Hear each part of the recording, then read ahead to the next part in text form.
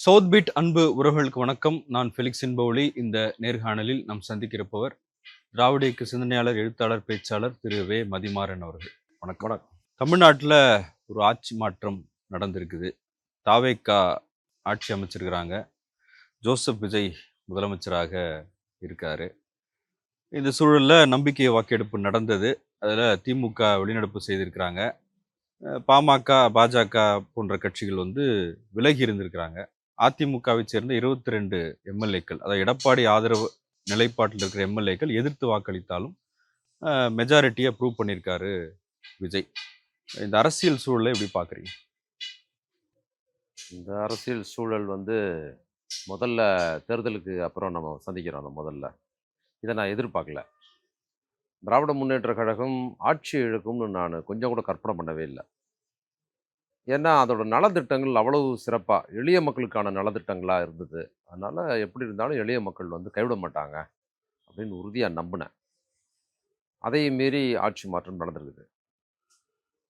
இந்த ஆட்சி மாற்றத்தில் இந்த தாவேக்கா விஜய்க்கு ஓட்டு போட்ட மக்கள் அரசியலோட அதை போட்டிருக்கிறாங்கன்னு சொல்ல முடியாது. இந்த ஆட்சி மேலே பெரிய அதிருப்தி எல்லாம் மக்கள்கிட்ட இல்லை. பெரிய போராட்டங்கள் எதுவும் நடக்கல. இந்த ஆட்சி சரியில்லைங்கிற மாதிரியான கண்ணோட்டம் 5 ஆண்டுகளில் மக்கள் போராட்டம், எதிர்க்கட்சிகள் கூட ஆர்கனைஸ் பண்ணி இந்த ஆட்சி சரியில்லைன்னு பெரிய போராட்டங்கள் எதுவும் நடத்தினதே கிடையாது. சோசியல் மீடியாவில் அதை கருத்துக்கள் எழுதிக்கிட்டு இருந்தாங்க. சோசியல் மீடியாவில் கூட ஆதாரமற்ற கருத்துக்களை தான் இருக்குது. என்னதுனாலும் வாரிசு அரசியல், உதயநிதி வாரிசு கொண்டாந்துட்டாரு, கருணாநிதி அவர் பையனை கொண்டாந்தா, அப்படி தான் சொன்னாங்களே தவிர ஆட்சி சரியில்லைங்கிற மாதிரியான எந்த மாதிரியான பெரிய விஷயமா அது இல்லை அப்படின்னு சொல்லலாம். ஆனால் அங்கங்கே போராட்டங்கள் குறிப்பிட்டு சொல்ல முடியாத போராட்டங்கள்ட பகுதியான ஏதாவது பிரச்சனை இருந்திருக்கலாம். அந்த பகுதியில் ஏதோ ஒரு கொலை நடந்துருச்சுன்னு சொன்னா, கொலை நடந்துருச்சு, பெண்களுக்கு பாதுகாப்பு இல்லை, இது மாதிரியான பணியாளர் போராட்டம், ஆசிரியர் போராட்டம், தூய்மை பணியாளர் போராட்டங்கிறது சென்னையின் ஒரு பகுதியில் மட்டும் நடந்தது. தமிழ்நாடு முழுக்க அது நடக்கல. சென்னையில் ஒரு மண்டலத்தில் மட்டும் அது நடந்ததுன்னு வச்சுங்க. தமிழ்நாடு தழுவிய போராட்டம் கிடையாது. அப்போ மக்கள், பெரும்பான்மையான மக்கள் மத்தியில் ஆட்சி நிர்வாகம் சரியில்லை அப்படிங்கிற போராட்டம் பெருமளவில் 5 ஆண்டுகளில் இல்லவே இல்லை. அதனால இந்த மாற்றம்ங்கிறது ஒரு திரைப்பிரபலம், ஒரு மாஸ் ஹீரோவாக இருக்கிறவர் மக்கள் மத்தியில் எவ்வளோ செல்வாக்கு செலுத்துவார் அப்படிங்கிறதுக்கான ஒரு ரிப்போர்ட்டாக தான் நான் பார்க்குறேன். இப்போ என்னை போன்றவர்கள் நம்மளே நிறைய பேசியிருக்கிறோம். அவர் ஹீரோவாக இருந்திருக்கிறாரு, பார்த்தா நிறைய பேர் பின்னால் போகிறாங்க, சினிமா மோகத்தில் இருக்கிறாங்க, போய் நெரிசலில் இறந்தவங்க கூட அதை ரிலேட் பண்ணுறாங்கன்னு இருந்ததை தவிர அது ஒரு சிலர்கிட்ட தான் இருக்கும். ஆனால் அது பெரும்பான்மையான பொதுமக்களின் கருத்தாக இருக்காதுங்கிற நம்பிக்கை எனக்கு இருந்தது. ஆனால் அது போய் அப்படின்னு ரிசல்ட்டில் அது வந்திருக்குது.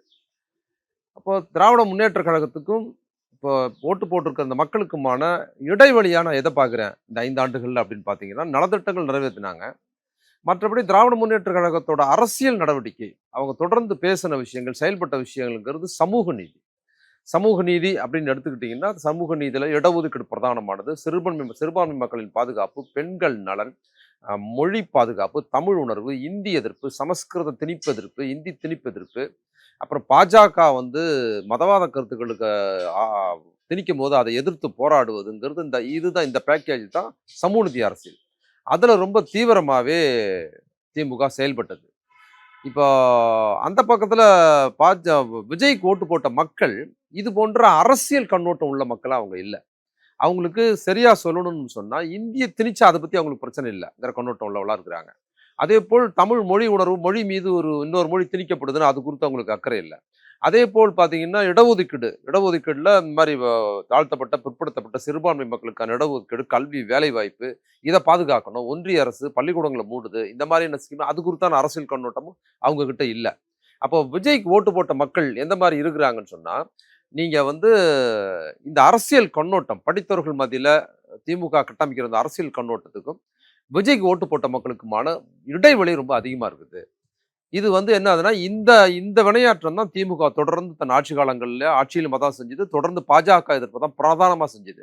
அதில் இன்னொன்று குறிப்பிட்டு சொல்லணும், விஜய்க்கு ஓட்டு போட்ட கிராமப்புற மக்கள், ரொம்ப ஒடுக்குமுறைக்கு உள்ளாயிருக்கிற மக்கள் பெரும்பாலும் பாஜகங்கிற கட்சியை கூட பெருமளவில் தெரியாதவங்க. அவங்களுக்கு மோடியை தெரிஞ்சிருக்கலாம், தாமரை சின்னம் கூட அவங்களுக்கு தெரியாது. அப்போ திமுகவோட ரோல் இப்படி அவங்க முற்போக்கு அம்சம் சார்ந்து சமூக நீதி அரசியல் சார்ந்து பேசின அரசியல் கண்ணோட்டம் அந்த மக்கள் அதில் அக்கறையற்றவர்களாக இருந்தாங்க. அந்த இடம் சினிமாவால் நிரப்பப்பட்டிருக்குது. அப்போ விஜய்க்கு ஓட்டு போட்ட மக்கள் அவங்க விஜயோட ரசிகத்தன்மை, விஜயோட சினிமா அவர் பிரமுகராக வந்திருக்கிறாரு, அந்த பிரமுகர் முதலமைச்சரானா எப்படி இருக்கும் அப்படிங்கிற அந்த கண்ணோட்டம் இருக்கு பார்த்தீங்களா? சினிமாவை பார்த்த அந்த கண்ணோட்டம். நாம வந்து எப்படி கரூர்லயும், மற்ற பகுதிகள்லயும் விஜய் போகும்போது எப்படி நம்ம பார்த்தோமோ, அது போன்ற மக்கள் வீடுகள்லயும் இருந்திருக்கிறாங்க. வெளிய காட்டவே இல்ல அது நம்மட்ட. இன்னும் சரியா சொல்லணும்னா, நாங்க இருக்கிற தொகுதியில கூட அந்த கட்சியின் தொண்டர்களோட பெருசா பார்க்கல. அந்த வேட்பாளர் கூட யாருக்கும் தெரியாது. ஓட்டு போட்ட அந்த மக்கள் இந்த நிமிஷம் வரைக்கும் கூட நான் சொல்றேன். நான் மிகைப்படுத்தி சொல்லல. தாவேக்காவுக்கு ஓட்டு போட்டு இன்னைக்கு சட்டமன்ற உறுப்பினரும், அமைச்சராவும் பதவியேற்று இன்னைக்கு பெரும்பான்மை நிரூபிச்சிருக்க இந்த நிமிஷம் வரைக்கும், அதுக்கு ஓட்டு போட்ட எம்எல்ஏ பேர் கூட அந்த மக்களுக்கு தெரியாது. அந்த விஜய் அவர் சொன்ன சின்னம், அத கான்சன்ட்ரேட் பண்ணி ஓட்டு போட்டுருக்காங்க அப்படிங்கிறது இருக்குது இல்ல. இது ஒரு அரசியல் தன்மையற்ற ஒரு கண்ணோட்டத்தில் விஜய் அரசு ஜெயிச்சிருக்கிறதுங்கிற ஒரு பேராபத்தா பார்க்குறேன். இல்ல இதுல இன்னொரு விஷயம், தொடர்ச்சியா 2 கட்சி மாறி மாறி இருக்காங்க. புதுசா ஒருத்தர் வந்தா என்ன? அப்படின்ற ஒரு மாற்றத்தை இல்ல அது யோசிச்சிருக்கிறாங்கல்ல. இல்ல அந்த கண்ணோட்டம்னா இங்க நெறைய கட்சிகள் ஆரம்பிக்கப்பட்டது. உங்களுக்கு நடுவுல எவ்வளவோ கட்சிகள் வந்தது. வந்தாங்க. விஜயகாந்த் வந்தாரு, விஜயகாந்த் கமலஹாசன் வந்தாரு வந்தாரு. வந்தாரு. விசிகா வந்திருக்குது. அதுக்கப்புறம் இன்னும் இப்போ சீமான் வந்தாரு. நெறைய பேர் வந்தாங்க.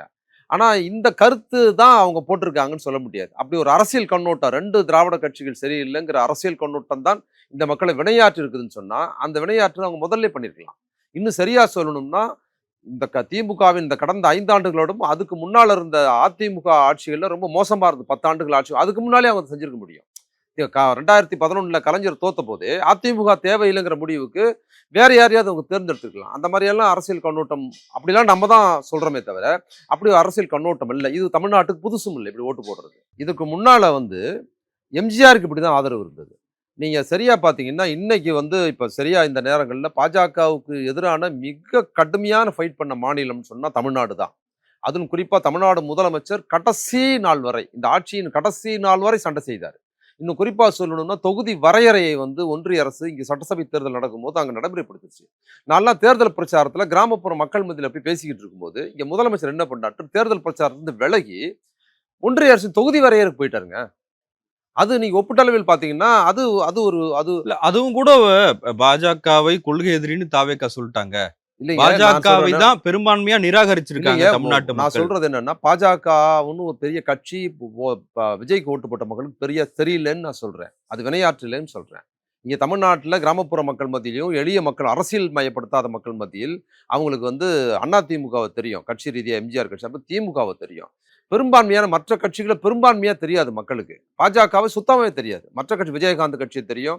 அப்புறம் வட மாவட்டங்கள்ல விசிகாவ தெரியும். பாமகவ தெரியும். இது மாரியான செல்வாக்கு பெற்ற அந்தந்த பகுதி மக்களுக்கு தெரியும். பாஜகவ எங்கேயுமே மக்களுக்கு தெரியாது. அதோட தாமரை சின்னம் கூட பெருசா தெரியாது. இதுதான் எதார்த்தம்.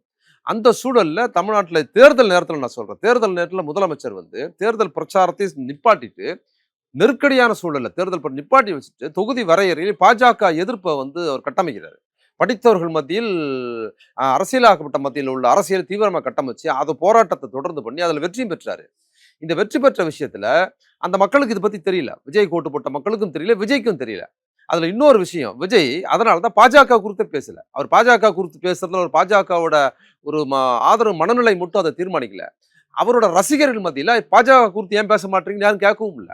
தொகுதி வரையறைன்னு ஒண்ணு வந்து பண்ணி இவ்வளவு பெரிய பிரச்சனையாகி அதுல வந்து அவங்க வரலாற்றிலே முதல் முறையாக பாஜக தோல்வி அடைந்ததுங்க. அவ்வளவு பெரிய விஷயம் அது. அதை தளபதி ஸ்டாலின் தான் செஞ்சு முடிச்சாரு. அந்த விஷயம் அந்த மக்களுக்கு தெரியல. விஜய் அதை பத்தி வாயை திறக்கல. அவருக்கும் தெரியாது. இல்ல விஜய் வந்து திமுக தான் எதிரி, திமுகவை ஸ்டாலின் தான் எதிரி. மட்டும் ஆமா, ஸ்டாலின் தான் எதிரி, திமுக தான் எதிரி, திமுக வந்து இப்படி செஞ்சிருச்சுங்கிற அந்த அவதூறை தான் தீவிரமா பேசிதான் மக்கள் மத்தியில ஒரு ஓட்டு கேட்குது. அப்ப திமுக வந்து விஜய் இக்னோர் பண்ணாங்கல்ல, பேசாம இருக்கணும், கண்டுக்காம இருக்கணும் அப்படின்றது. அந்த ஸ்ட்ராட்டஜி தப்புன்னு நினைக்கிறீங்களா? இல்ல நான் என்ன சொல்றேன்னா, அவர் பாஜக குறித்து பேசியிருந்தாருன்னா அவருக்கு இவ்வளவு பெரிய செல்வாக்கு கிடைச்சிருக்காது. ஏன்னா பாஜக அந்த மக்கள் ரிலேட்டடா இல்ல. பாஜக குறித்து அவங்களுக்கு தெரியாது. அப்ப அவங்க தனக்கு நல்லா தெரிஞ்ச திமுக குறித்து பேசும்போது, இவர் நமக்கு தெரிஞ்ச கதாநாயகன் சொல்றாருங்கிறதோட ரிலேட் பண்றாங்க. இது புதுசு இல்ல. இதற்கு முன்னால எம்ஜிஆர் அதான் செஞ்சாரு. 76ல அன்னைக்கு வந்து எமர்ஜென்சி வருது. கலைஞர் ஆட்சியில இருக்கிறாரு. கலைஞர் ஆட்சியில அந்த 76ல எமர்ஜென்சி வர வரைக்கும் அவரோட ஆட்சி அதுவரை இல்லாத ஒரு சிறப்பான ஆட்சி. இன்னைக்கு தமிழ்நாட்டுல இருக்கிற கிராமப்புற செட்டப் இருக்குல்ல, ஸ்ட்ரக்சர், அதை கலைஞர் தான் உருவாக்குறாரு. சாலை வசதி அவர் தான் முதல்ல கொண்டு வர்றாரு. கிராமப்புறங்களுக்கு பஸ் அவர் தான் கொண்டு வர்றாரு. அப்பயே கொண்டு வந்துட்டாரு. மின்சாரம் கொடுக்குறாரு. இலவச மின்சாரம் கிராமப்புற மக்களுக்கு மின்சாரம் கொண்டு போறாரு. ரேஷன் ரேஷன் கடை அவர் தான் கொண்டு, இதெல்லாம் எப்ப பண்ணாருன்னா 76 முன்னாலே பண்ணிட்டாரு. 2வது முறை முதலமைச்சரார்ல அண்ணா இறந்த பிறகு வர்றாரு. அதற்கு பிறகு எலெக்ஷன்ல ஜெயிச்சு வந்ததுக்கு பிற்பாடு 73ல வந்ததுக்கு பிற்பாடு இதெல்லாம் இந்த கட்டமைப்பு உருவாக்குறாரு. நகரங்களுக்கும் கிராமத்துக்குமான இடைவெளியை குறைக்கிறாரு. கிராம மக்கள் வந்து நகரத்துக்கு ஒரு 6-7 கிலோமீட்டருக்கு மேல போகணும்னு சொன்னா ரொம்ப நேரம் நடந்து போனோம் அவங்க. பஸ்ஸே கிடையாது, நடந்தான் போனோம். எனக்கு தெரிஞ்சு எங்க கிராமத்துல இருந்து ரொம்ப தூரம் 5 கிலோமீட்டர் 6 கிலோமீட்டர் நடந்தே போய் நடந்தே வருவாங்க. அத வந்து என்ன பண்றாரு, நகரங்களுக்கும் கிராமங்களுக்கும் இடைவெளியை கலைஞர் தான் குறைக்கிறார். சாலை வசதியும் போக்குவரத்து, கிராமப்புறத்துக்கு போக்குவரத்து வரும்போது ஒரு நாளைக்கு காலையில ஒரு முறை சாயங்காலம் ஒரு முறை வரும்போது மக்கள் தங்களோட போக்குவரத்தை அப்படி கட்டமைக்கிறாங்க. அந்த பஸ் வரும், அதுல போயிட்டு திருப்பி வந்துடலான்னு. அந்த கலைஞர் தான், ரேஷன் கடை அவர் தான் கொண்டு வர்றாரு. இதெல்லாம் பண்ண கலைஞர் அவ்வளவு சிறப்பா செஞ்சதுக்கு பிற்பாடு தான் எம்ஜிஆர் கட்சி ஆரம்பிக்கிறாரு. ஆரம்பிக்கும் போது எமர்ஜென்சி வருது. எமர்ஜென்சியை மாநில சுயாட்சிக்காக ஆரம்பிக்கிட்ட திமுக கடுமையா எதிர்க்குது. அதை எதிர்த்ததுனால தான் ஆட்சி இழக்குது. எம்ஜிஆர் என்ன பண்றாரு, எமர்ஜென்சி ஆதரிக்கிறாரு. அப்ப எம்ஜிஆர் என்ன பிரச்சாரம் பண்றாருன்னா, இன்னைக்கு விஜய் என்ன திமுக வந்து இவ்வளவு சிறப்பா ஒன்றிய அரசுக்கு எதிராக ஃபைட் பண்ணி இன்னைக்கு வந்து தொகுதி வரையை வாபஸ் வாங்க வைக்கிற போராட்டத்தை நடத்தி இருக்கிற மாதிரி, இன்னைக்கு வந்து விஜய் திமுக தான் மோசடி, திமுக தான் பண்ணிருச்சுன்னு பாஜக பத்தி பேசாகவே எப்படி பாஜக ஆதரவா இருந்தாரோ அதே வேலை தான் இன்னைக்கு எம்ஜிஆரும் பார்த்தார். எமர்ஜென்சி ஆதரிச்சுட்டு அவர் என்ன பண்ணாருன்னு சொன்னா, எமர்ஜென்சியை கொண்டு வந்த அன்னைக்கு இருந்த காங்கிரஸ் அரசு குறித்தோ மிக கொடூரமான சட்டம் குறித்தோ பேசுவதற்கு பதில் அதை ஆதரிச்சுட்டு கலைஞர் கிராமப்புற திட்டங்கள் கொண்டு வந்து மக்கள் வாழ்க்கை தரத்தை மேம்படுத்தின கலைஞரை குறித்து மிக மோசமான அவதூறுல கலைஞர் ஒரு ஊழல் செய்து விட்டாருங்கிற பிரச்சாரத்தை தீவிரமான இல்ல அந்த பிரச்சாரம் இன்னைக்கு வரைக்கும் எடுபடுது. ஆமா, அதுதான் இன்னைக்கு வரைக்கும் அது எடுபடுது. அன்னைக்கு கலைஞர் ஏன்னா சினிமாவில் பார்த்த எம்ஜிஆருங்கிறவர் உண்மையை தான் பேசுவாரு அப்படிங்கிற அந்த கண்ணோட்டம் இருக்குல்ல, அது தீவிரமாக வினையாற்றியது மக்கள் மத்தியில். செல்வாக்கு பெற்றிருந்தது எம்ஜிஆர் ஒரு பெரிய திமுக கூட்டங்கள்லயே எம்ஜிஆர் வந்து பேசும்போது அவர் வந்தாருன்னா அப்படி ஒரு கூட்டம் அவருக்கு மாசா இருக்குது. இங்க அரசியல் பேசுறவங்களோட அப்படி வந்துட்டு போறவருக்கு ஒரு மாசு திமுக மேடைகள்ல இருக்கிறத அப்ப பார்த்துருக்குறாங்க. அப்ப அவர் சொல்றது உண்மையா இருக்குங்கிறது இந்த மக்கள் நம்பி கலைஞருக்கு எதிராக வாக்களித்தார்கள். அன்னைக்கு நடந்தது. அதுல மிக சரியா பாத்தீங்கன்னா கலைஞர் அதுக்கு பிற்பாடும் கூட அவர் என்ன பண்ணாருன்னா இந்த சமூக நீதி அரசியல தான் பேசினார். அதே இந்திய எதிர்ப்பு கலைஞர் எம்ஜிஆர் எமர்ஜென்சி மட்டும் அவரு ஆதரிக்கல, இந்திய திணித்தார் அவர் ஆட்சியில. இந்தி திணிப்பு காரணமா இருந்தார். அதை எடுத்து எம்ஜிஆர் கலைஞர் போராடி இருக்கிறாரு. இடஒதுக்கீடுக்கு எதிராக இருந்தார். அப்ப வந்து பொருளாதார இடஒதுக்கீடு நடைமுறைப்படுத்துற சட்டத்தை கொண்டு வந்தார். எந்த சமூக மக்களுக்கு அது பிரச்சனையே இல்லை. இந்தி திணிக்கிறது குறித்து எம்ஜிஆர் இந்தி திணிக்கிறாரு. இந்தி திணிப்பு போராட்டம் நடத்தி தான் திமுக ஆட்சிக்கு வந்திருக்குது. ஆனா எம்ஜிஆர் ஓட்டு போட்ட மக்கள் அது ஒரு பிரச்சனையே வைக்கிறதுல எம்ஜிஆர் இந்தியா ஆதரிக்கிறாரு. இடஒதுக்கீடுக்கு எதிராக தான் படிக்கிறதுக்கு இடஒதுக்கீடு கொடுத்த விஷயத்தை எதிராக எம்ஜிஆர் செய்யறாரு. அது குறித்து மக்களுக்கு கவலை இல்லை. அப்போ மக்கள் என்ன பண்றாங்கன்னா கலைஞர் குறித்து எம்ஜிஆர் சொன்ன பொய்யோடு தொடர்ந்து பயணிக்கிறாங்க. அவர் 10 ஆண்டுகள் எம்ஜிஆர் ஆட்சியில் இருக்கிற வரைக்கும் அவர் பெரிய நலத்திட்டங்கள் எதுவுமே செய்யல. ஏதாவது நீங்க சொல்லுங்க. சத்துணவு திட்டத்தை என்பதை தவிர பெருமளவிலான திட்டங்கள் இல்லை. மாறாக சமூக நீதிக்கு எதிரான ஒரு அரசாக இருந்தது. மொழி உணர்வு கட்டமைக்கப்படல. இங்க நிறைய குழந்தைகளுக்கு திமுக வந்து நிறைய தமிழ் பேர்களை வச்சது. சமஸ்கிருத பேரா இருந்தவங்களுக்கு நிறைய குழந்தைகளுக்கு தமிழ், எங்களுக்குலாம் அப்படி தமிழ் பேர் அப்படிதான் வந்தது. எம்ஜிஆர் ஆட்சியில் தமிழ் பேருக்கு பதில் சமஸ்கிருத பேர் தான் வச்சார். நிறைய பேருக்கு சமஸ்கிருத பேர் ஜெயலலிதா நீட்சியாவே பண்ணாங்க. இப்ப எந்த வகையிலும் இல்லாத 10 ஆண்டுகளில் எம்ஜிஆர் ஆட்சி வீழ்த்தப்படாமல் இருந்ததற்கு எம்ஜிஆர் மீது இருந்த அந்த கதாநாயக பிம்பம் மிக முக்கியமா இருந்தது.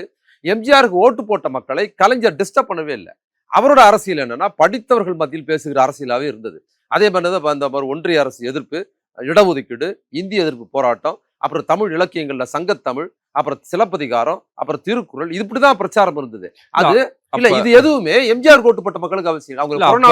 நீங்க எம்ஜிஆர் கூட ஒப்பிடுறீங்கல்ல, எம்ஜிஆர் இருக்கிற வரைக்கும் திமுக ஆட்சிக்கு வர முடியல, அப்ப அதே ஒரு சூழல் தான் திருப்பி வரும் அப்படின்னு பேசுறாங்கல்ல. இல்ல அந்த சூழலுக்கு இதுக்கு வித்தியாசம் இருக்கு. இப்ப இது மெஜாரிட்டி இல்ல, இந்த அரசுக்கு மெஜாரிட்டியா கொடுக்கல. ஆனா ஓட்டு போட்ட மக்கள்ல இந்த இந்த இந்த ஊசலாட்டம் இருக்கு பாத்தீங்களா, இந்த ஊசலாட்டம் அதிகமாக வினையாற்றி இருக்குது.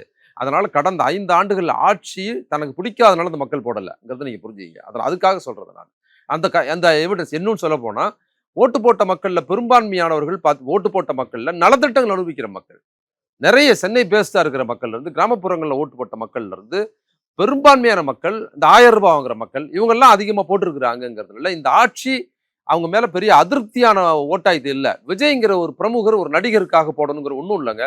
எனக்கு தெரிஞ்ச ஒருத்தர் சொன்னாங்க, இந்த மக்கள் எப்படி ஓட்டு போட்டிருக்கிறாங்கன்னா இந்த இன்ஸ்டாகிராம்லயும் ஃபேஸ்புக்லயும் லைக் பண்ணுவாங்களோ போட்டோவுக்கு, அது மாதிரி நடிச்சு ஓட்டு போட்டிருக்காங்க. விஜய்க்கு ஒரு போட்டு போடுவோம், விசிலுக்கு ஒன்று போடுவோம் அப்படிங்கிற அந்த கொண்டாட்ட மனநிலை இந்த வெற்றியில முக்கிய பங்காற்றி இருக்கு தானே கருதுறேன். டிவிக்கேவை ஏன் இப்ப நம்ம எளிய மக்கள்கிட்ட பேசும்போது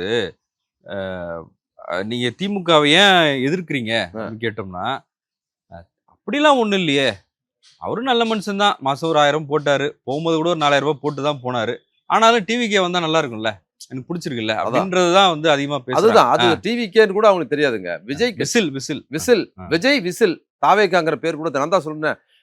வேட்பாளர் பேர் தெரியல, கட்சி பேர் கூட தமிழக வெற்றி கழகம் தானே முழு பேர். அது சொல்ல சொல்லுங்க, ஓட்டு போட்டவங்கள தெரியாது அவங்களுக்கு. விஜய் கட்சி விசில், அவர் அப்புறம் விசில் நடிச்சு காமிச்சார்ல விசில். இதுதான் வினையாற்றி இருக்குது. இந்த வினையாற்று தான் அதுவும் வந்து இது வந்து எப்போ இந்த மாற்றம் அதிகம் நடந்திருக்குதுன்னா, ஒரு 3 மாதங்கள்ல தான் அதிகம் நடந்திருக்குதுன்னு நான் கருதுறேன். 3 மாதத்துக்கு முன்னால கூட இந்த அளவுக்கு இல்ல.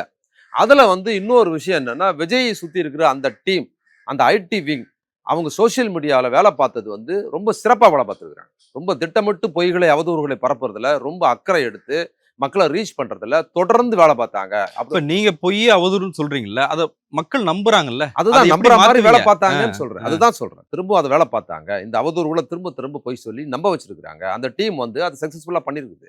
அதுவும் குறிப்பா வந்து எலக்ஷன் வரைக்கும் பார்த்தாங்கங்க.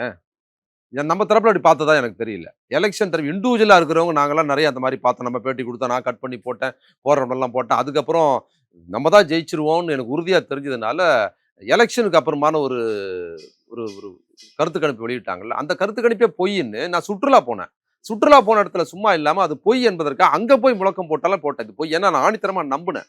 ஆனா அவங்க விஜய் பின்புலமா இயங்குன அந்த இணையத்துல இயங்குன அந்த ஐடிவிக்கோ அது சார்ந்தவர்களோ வந்து ரொம்ப ரொம்ப ரொம்ப குயுக்தியா வந்து அவங்க தவறான செய்திகளை தொடர்ந்து பண்ணாங்க. எலெக்ஷன்ல ஓட்டு போடுற சாயந்தரம் வரைக்கும் பண்ணியிருக்கிறாங்க. ட்ரெஸ் கோட் வரைக்கும் பண்ணியிருக்கிறாங்க. உங்களுக்கு வந்து பாத்தீங்கன்னா ஓட்டு போடுற பூத்துகள்ல அந்த இளைஞர்கள் வந்து விஜய் மாதிரி வெள்ளை கலர் சட்டையும் காக்கி கலர் பேண்ட் போட்டுக்கிட்டு வராங்க. பிரபலமான நடிகர்கள் கூட அப்படிதான் வந்தாங்க. அதான் நான் டிவிக்கு ஓட்டு இல்லங்க போட போறேன். அதெல்லாம் பண்ணியிருக்கிறாங்கன்னு சொல்றேன் நான். இதெல்லாம் பண்ணியிருக்கிறாங்க. இதெல்லாம் நம்ம கவனிக்கல. அப்ப நம்ம தரப்புல இருந்து சாலிடான ஒரு போக்கு தான் இருக்குது. அதே மாதிரி இன்னொரு விஷயம் நான் பிரச்சாரத்துக்கு போனேன். இன்னைக்கு உதயநிதி இன்னைக்கு சட்டசபையில வெளிநடப்பு செய்யும்போது அவரோட பேச்சு ரொம்ப போர்க்குணமான பேச்சு. அடிச்சு துவம்சம் பண்ணிட்டார். எனக்கு கூட 2 நாளா வந்து இந்த எதிர்க்கட்சிகள் விஜய்க்கு ஒரு பிரமுகர் தன்மையை கொடுத்து அவரை வந்து விமர்சனத்துக்கு அப்பாற்பட்டவரை கட்டமைக்கிற மாதிரி இவர் நேத்து சாயந்தரம் வரைக்கும் அப்படி எல்லாரையும் சந்திக்கிற ஒரு எல்லாரையும் நாகரிக சந்திக்கிறாரு, அரசியல் நாகரிகமா போறாரு அப்படின்னு சொன்ன உடனே இவங்க எல்லாம் வந்து வரவேற்று போல கொண்டாடுற மனநிலை இருக்கிறாங்க. அவரை பத்தி பேசுறதும் அவர் சொன்னா இப்படி இல்லைங்கிறதும் அப்புறம் அவரை பற்றி புகழ்ந்து பேசுறதும் அவரோட பாடி லாங்குவேஜ் இருக்குல்ல அவரை பார்த்த உடனே இவங்க புகழ்றது முகத்துல மறுமலர் அப்படியே மலர்ச்சியை காட்டுறதுன்னும் போது இந்த 41 பேர் படுகொலைக்கு காரணமாக இருந்தவர்னு சொல்ல முடியாத சூழலை உருவாக்குற மாதிரி எதிர்க்கட்சிகளை கட்டமைக்கிற ஒரு கண்ணோட்டம் அப்படி இருந்தது. இன்னைக்கு உதயநிதி பேச்சு வந்து ஒரு அடிச்சு துவம்சம் பண்ணி நேருக்கு நேரா விஜயை பார்த்து இன்னைக்கு அந்த பேச்சு வந்து ஒவ்வொன்றுத்துக்கும் பதில் கேட்டு பேசியிருக்கிறாரு. அவர் வந்து அதுல சொன்னதுல முக்கியமான ஒரு விஷயம் வந்து நீங்க வந்திருக்கிறீங்க வந்து எல்லாத்தையும் நான் செஞ்சிருவேன் செய்யறது தான் சொல்றேன்னு சொல்லி ஆதாரமா சொன்னீங்க. ஆனா ஒன்றும் செய்யல. ஆனா நாங்க எவ்வளவு நெருக்கடியான சூழல்ல வந்தோம் கொரோனா காலத்துல எவ்வளவு கஷ்டப்பட்டோம். அப்போ ஒண்ணுமே நிதி நெருக்கடி ஒண்ணுமே கிடையாது. ஆனா எங்க முதலமைச்சர் என்ன பண்ணாருன்னு பேசினார் பாத்தீங்களா. இதுதாங்க தேர்தல் பிரச்சாரமா இருந்திருக்கணும். இதை நான் என்னோட தேர்தல் பிரச்சாரமா இல்ல நம்ம பேசுனது. நம்ம பேசுறதுல இருந்து நான் 1 வருஷத்துக்கு மேலாக எங்க பேசினாலும் அதுல இருந்து தான் நான் பேசுவேன். கொரோனா 5 ஆண்டுகளுக்கு முன்னால் இந்த தமிழகம் எவ்வளவு பின்னடைவா இருந்தது. கொரோனா காலத்தில் இந்த எடப்பாடி அரசு எவ்வளவு மோசமா நடந்துகிட்டது. முதலமைச்சர் வந்து என்ன பண்ணாருன்னு அதுல இருந்து ஆரம்பிச்சு போகணும்ல. இது வந்து தேர்தல் பிரச்சாரத்தில் திமுகவின் தேர்தல் பிரச்சாரத்தில் மையமா இல்ல. 5 ஆண்டு ஆட்சியின் சாதனைகளை பெரும்பாலும் வேட்பாளர்கள் பெருமளவில் சொல்லவே இல்லை. முதலமைச்சரை முன்னிலைப்படுத்தல. ஒவ்வொரு தொகுதியிலும் வேட்பாளர்கள் தன்னை முன்னிலைப்படுத்திக்கிட்டாங்க. பெரும்பாலும் நான் பார்த்த இடங்கள் பெரும்பான்மையான வேட்பாளர்கள் தன்னை முன்னிலைப்படுத்திக்கிட்டாங்க. தலைவரை பார்க்கும்போது எல்லாம் தலைவர் தான் அவர் இருக்கிற மேடைகளில் பேசுறது. அவர் இல்லாத மேடைகளில் தான் தலைவராக போக்கஸ் பண்ணிக்கிற கண்ணோட்டம் இருக்குது பாத்தீங்களா. அதுவும் அதே மாதிரி 5 ஆண்டு ஆட்சியின் சாதனைகள் குறித்து சொல்லவே இல்லை. இன்றும் வீட்டுக்குள்ள போய் அவர் செஞ்ச விஷயத்த சொல்லி காமிச்சாதாங்க. நான் போன பகுதிகளில் விஜய்க்கு ஆதரவா இருந்த பெண் நான் ரொம்ப எளிய மக்கள் மத்தியில் தான் பேசினேன். நம்ம பேசும்போது கோண்டாட் பண்ணாங்க. ஆமாண்ணாங்க நான் பேசி முடிச்சவரையும் கையை பிடிச்சிக்கிறாங்க. ரொம்ப நல்லா பேசுறீங்கன்னு சொல்றாங்கல்ல. இந்த கட்டமைப்பு ரொம்ப முக்கியம். இது எனக்கு கிடைச்ச சிறப்பு இல்ல. முதலமைச்சர் கிடைச்ச சிறப்பு. அவர்கள் கஷ்டப்பட்டு செஞ்சிருக்கிறாரு. அதை மக்களுக்கு நினைவுபடுத்தணும். கொரோனா காலத்திலிருந்து ஒவ்வொன்றா நினைவுபடுத்தி வந்தா மக்கள் கோஆர்டினேட் பண்ணாங்க. அது வந்து ஆட்சியின் 5 ஆண்டு ஆட்சியின் சாதனைகளை சொல்லல. தேர்தல் வாக்குறுதி கூட சொல்லல பெரும்பாலும். அப்போ வேட்பாளர்கள் என்ன பண்ணாங்கன்னா அவங்களே குறித்து பேசிக்கிட்டாங்க. நான் வந்து அதை செய்வேன் இதை செய்வேன் சொன்னு ஏற்கனவே நான் இருந்தபோது உங்களுக்கு என்ன செஞ்சேன் அப்படின்னு தான் இருந்தது. பெரும்பான்மையான சில பேர் செஞ்சாங்க. பெரும்பான்மையா அப்படி இருந்ததுங்கிறது ஒரு பின்னடைவு. மாறாக விஜய் அந்த பக்கத்துல எப்படின்னு பாத்தீங்கன்னா எல்லா இடத்துலயும் விஜய் மட்டும் தான் தெரிஞ்சாரு. இந்த பக்கத்துல எல்லா தொகுதிகளிலும் தெரிய வேண்டிய தலைவர் ஸ்டாலின் பெருமளவில் தெரியல. இந்த மாதிரியான தேர்தல் பிரச்சார அணுகுமுறையில திமுகவும் திமுக கூட்டணி சேர்ந்தவர்களும் 5 ஆண்டு ஆட்சி நான் தொடர்ந்து அதை சொல்லிக்கிட்டே இருந்தேன். எழுதவும் செஞ்சேன். அதை சொல்லணுங்க அப்படின்னு சொன்னேன். அப்புறம் அதை நோக்கி நான் 5 ஆண்டு ஆட்சியை வாழ்க்கையோடு ஒப்பிட்டு சொல்லுது. வீடு வீடா போய் பேசும்போது 5 வருஷத்துக்கு முன்னால கொரோனா காலத்தில் நாங்கள் என்ன பண்ணணும்னு சொல்வதும் அப்ப விஜய் எங்க செல்வாக்கு பெற்றிருக்கிறார். சிறுபான்மை மக்கள் மற்றும் தலித் மக்கள் மத்தியில் செல்வாக்கு பெற்றவரா இருக்கிறாரு. இன்னைக்கு ஓட்டு அதிகமா விழுந்திருக்குது அந்த பக்கத்துல. குறிப்பாக தலித் மக்கள் மத்தியில் அந்த மக்கள் மத்தியில் போய் அதை சொல்லியிருக்கணும். அப்ப இதெல்லாம் சொல்லிட்டு விஜய் என்ன பண்ணாரு கொரோனா காலத்துல அதெல்லாம் பேசுனேன். விஜய் என்ன பண்ணாரு இது வரைக்கும் அரசியல் வருவதற்கு முன்னால் நாம் கஷ்டப்படுற நேரத்தில் ஏதாவது உதவி பண்ணியிருக்கிறாரா. போராட்டம்லாம் விட்டுருங்க. கொரோனா காலத்தில் யாரோ உதவி பண்ணாங்க. ஒரு குஸ்கா பொட்டில் கூட ஒரு வாங்கி கொடுக்கல. அப்ப கூட அவர் என்ன பண்ணாரு, தன்னோட மாஸ்டர்னு ஒரு படத்தை ரிலீஸ் பண்ணி அந்த படத்தை வந்து கொரோனா காலத்துல ஃபுல்லா டிக்கெட் வைக்கணும்னு தான் போராட்டம் நடத்தி அப்பவும் கஷ்டப்படுற ரசிகர்கள் 1000 ரூபாய் கொள்ளடிச்சாரு. டிக்கெட் காசு கூட வச்சு தான் வாங்கினாருங்கிற இந்த அப்ரோச் இருந்திருந்தா மக்கள் யோசிப்பார்கள். நான் பேசியிருக்கிறேன், இது இல்ல. இன்னைக்கு உதயநிதி பேசினார் பாத்தீங்களா, இதுதான் கண்டென்ட். இந்த கண்டென்ட் தான் தேர்தல் பிரச்சாரமா இருந்திருக்கணும். அப்படி இருந்திருந்தா திமுக இன்னும் கூடுதல் சீட்டு ஜெயிச்சிருக்கும். மக்கள் அப்படிலாம் கைவிட மக்கள், நான் சொல்றேன், இந்த ஆட்சிக்கு எதிரான கண்ணோட்டமாக மக்கள் ஓட்டு போடல. விஜய் குறித்தான சினிமா மோகம் குறித்தான அந்த பிம்பம் ஓட்டு போட வச்சிருக்கு. இல்ல இன்னொன்னு அவருக்கு ஒரு வாய்ப்பு கொடுப்போமே நினைக்கிறாங்க. அதுதாங்க, அதை நீங்க உள்ள வந்து பேசணும். அந்த வாய்ப்பு வந்து அவர்களுக்கே எதிரானதுங்கிறத நம்ம சொல்ல வைக்கணும். அது திமுகவுக்கு எதிரானது மட்டும் இல்ல, ஓட்டு போட்ட மக்களுக்கு அவரால் எப்படிங்க செய்ய முடியும்? இப்போ ஒவ்வொரு பட்ஜெட்ல இப்போ திமுக அரசு 1000 ரூபாய் கொடுக்குது, காலை உணவு திட்டம் கொடுக்குது, கட்டணமில்லா பேருந்து கொடுக்குது, இன்னும் பல்வேறு திட்டங்கள். இப்போ அரசு பள்ளியில் வந்து படிக்கிறவங்களுக்கு 1000 ரூபாய் கொடுக்குது, பெண்களுக்கு ஆண்களுக்கு கொடுக்குது. இவ்வளவு விஷயம் இல்ல, இதுக்கே ஒவ்வொரு பட்ஜெட்டுக்கும் 4.5 லட்சம் கோடிக்கு மேல தேவைப்படுது. இதுக்கே இதுக்கே கஷ்டப்பட்டு தான் பண்ணுது. இப்போ விஜய் சொல்லுகிற விஷயம் 2500, 1000 2500 தமிழ்நாடு முழுக்க பெண்களுக்கு இலவசம். அப்புறம் 4000 ரூபாய் வேலை இல்லா பட்டதாரிகள் 4000 ரூபாய் 6 கேஸ் எல்லாம் சொல்லியிருக்கிறாருன்னா ஏறக்குறைய 10 லட்சம் கோடி வரைக்கும் தேவைப்படுது. எங்க இருந்து கொடுப்பாரு? நான் என்ன சொல்றேன், இதையே அவரால் கொடுக்க முடியாது. இதை கொடுப்பதற்கு போன ஆட்சியில் தளபதி ஸ்டாலின் தலைமையிலான ஆட்சி வந்து எவ்வளவு மெனக்கட்டாங்க, எவ்வளவு கஷ்டப்பட்டாங்க.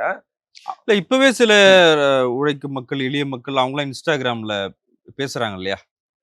அவங்களாம் கஷ்டப்படுற மக்கள் தான். ஆமாமா. அவங்க வந்து பேசும்போது, "அண்ணா நீங்க 5 வருஷம் ஆட்சி பண்ணா போதும். மத்தபடி இந்த 2500 கேஸ் சிலிண்டர்லாம் வேணாம். நாங்க பாத்துக்கிறோம்." அதுதாங்க. அவரால் பண்ண முடியாது. எலெக்ஷனுக்கு முன்னால என்ன பொய்யை சொன்னாரோ அதே பொய்யை எலெக்ஷனுக்கு பிற்பாடு முதலமைச்சராகவும் சொல்லுவாரு. அதுல வந்து அவரோட துவக்க உரையிலேயே இதெல்லாம் பண்றதுக்கு கஜானா காலி அப்படிங்கிறார். கஜானா காலிங்கிறத முதலமைச்சரே சொல்லிட்டாரு. முதலமைச்சர் தளபதி ஸ்டாலினே இவ்வளவு கடன் விவரத்துல இருந்து நாங்க குறைச்சிருக்கிறோம். இன்னைக்கு கடன் லிஸ்ட் இவ்வளவு இருக்குது. அப்ப இவ்வளவுல இருந்து கொண்டு வந்து நாங்க இந்தியாவிலே டாப் லெவல்ல பொருளாதாரத்தை வளர்ந்த மாநிலமா மாத்திருக்கிறோம். ஆனா இவ்வளவு கடன் இருக்குதுன்னு ஒரு கடன் லிஸ்ட் சொல்றாரு. இவரு என்ன பண்றாரு, அதிமுக ஆட்சியில் இந்த கடனையும் சேர்த்து என்ன பண்றாரு, கஜானா காலிங்கிறார். எப்பா கஜானா காலி தான் பிரச்சாரம் முதல்ல அதான சொல்லிக்கிட்டு இருக்க.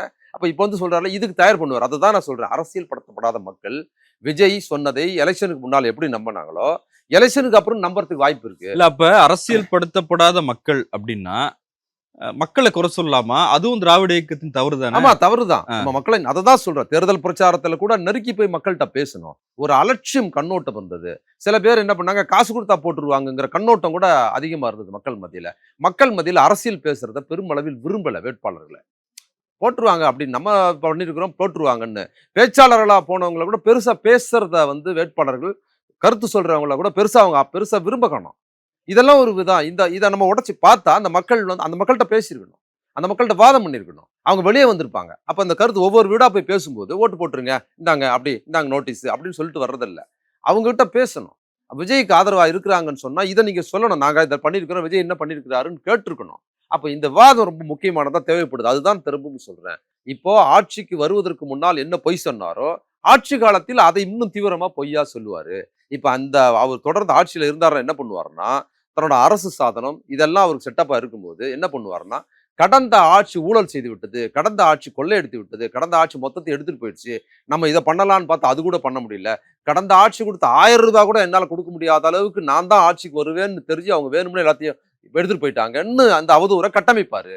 இதுதான் அவர் செய்வார். அந்த மக்கள் என்ன பண்ணுவாங்கன்னா, அவரை சேவ் பண்றதுக்கு இவர் சொல்றது உண்மைதான், கரெக்ட் தாங்கிற பேசுவாங்கல்ல.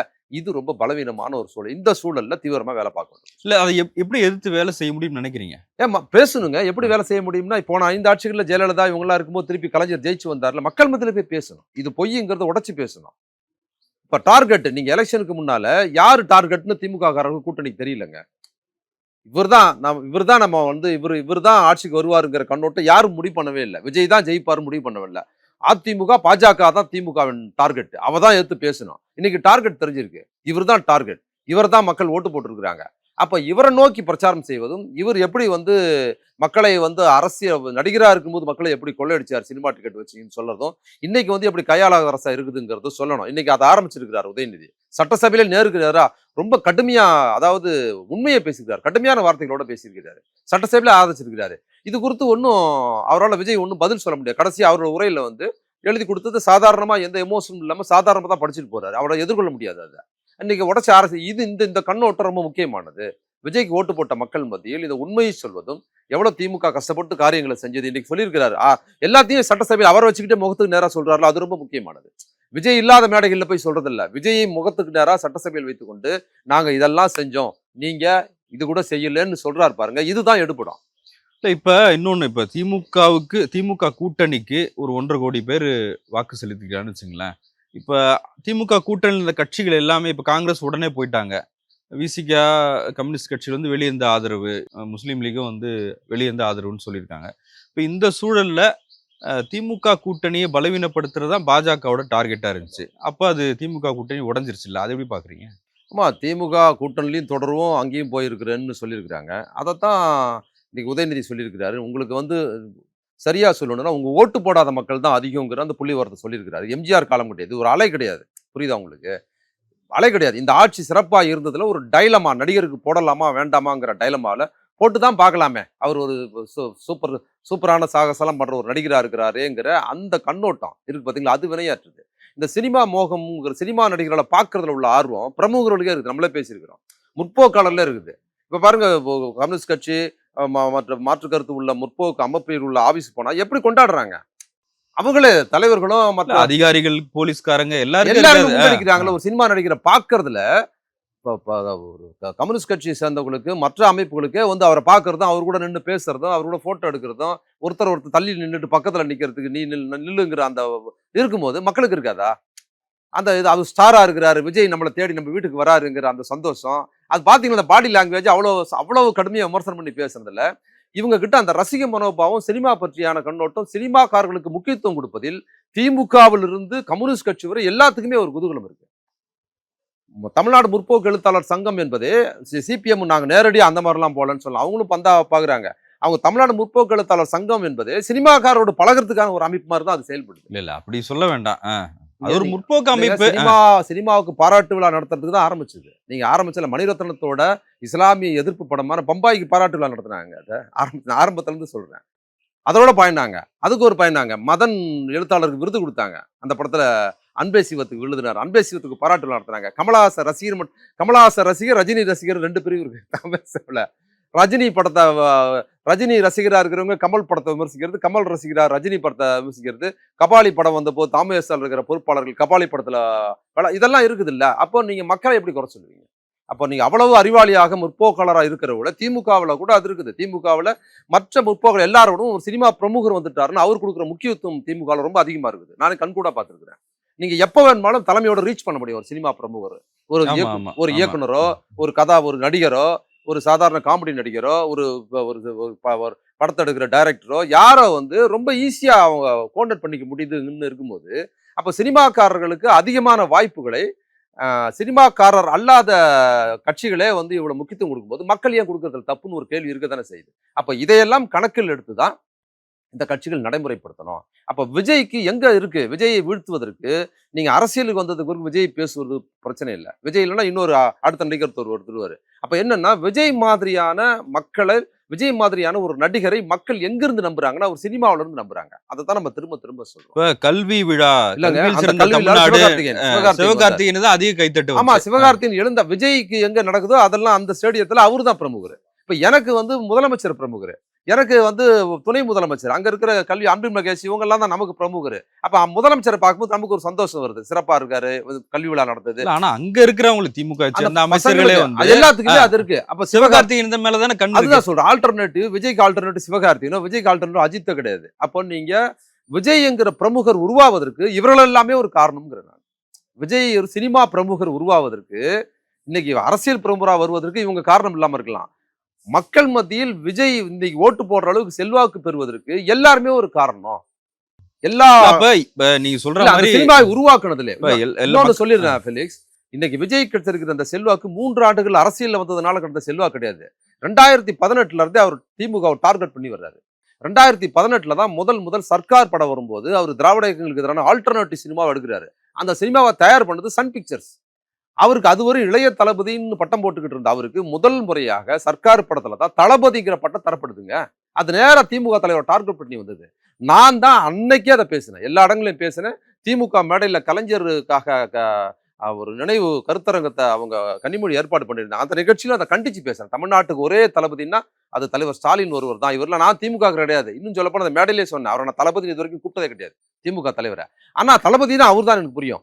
திடீர்னு யாரோ ஒரு நடிகர் வந்து இது வரைக்கும் வந்து சொல்லாம திடீர்னு ஒரு அரசியல் கட்சியோட தலைவர் பட்டத்தை தளபதின்னு போட்டுக்கும் போது என்னால அது சகிச்சுக்க முடியல. இது எப்படி ஒரு புரட்சி தலைவர்னு ஒருத்தர் போட்டுக்க முடியுமா? புரட்சி தலைவின்னு ஒருத்தர் போட்டா சும்மா விட்டுருப்பாங்களா? ஏன் அவர் சார்ந்த திரைத்துறையில சூப்பர் ஸ்டார் கூட அவர் போட்டுக்க முடியல.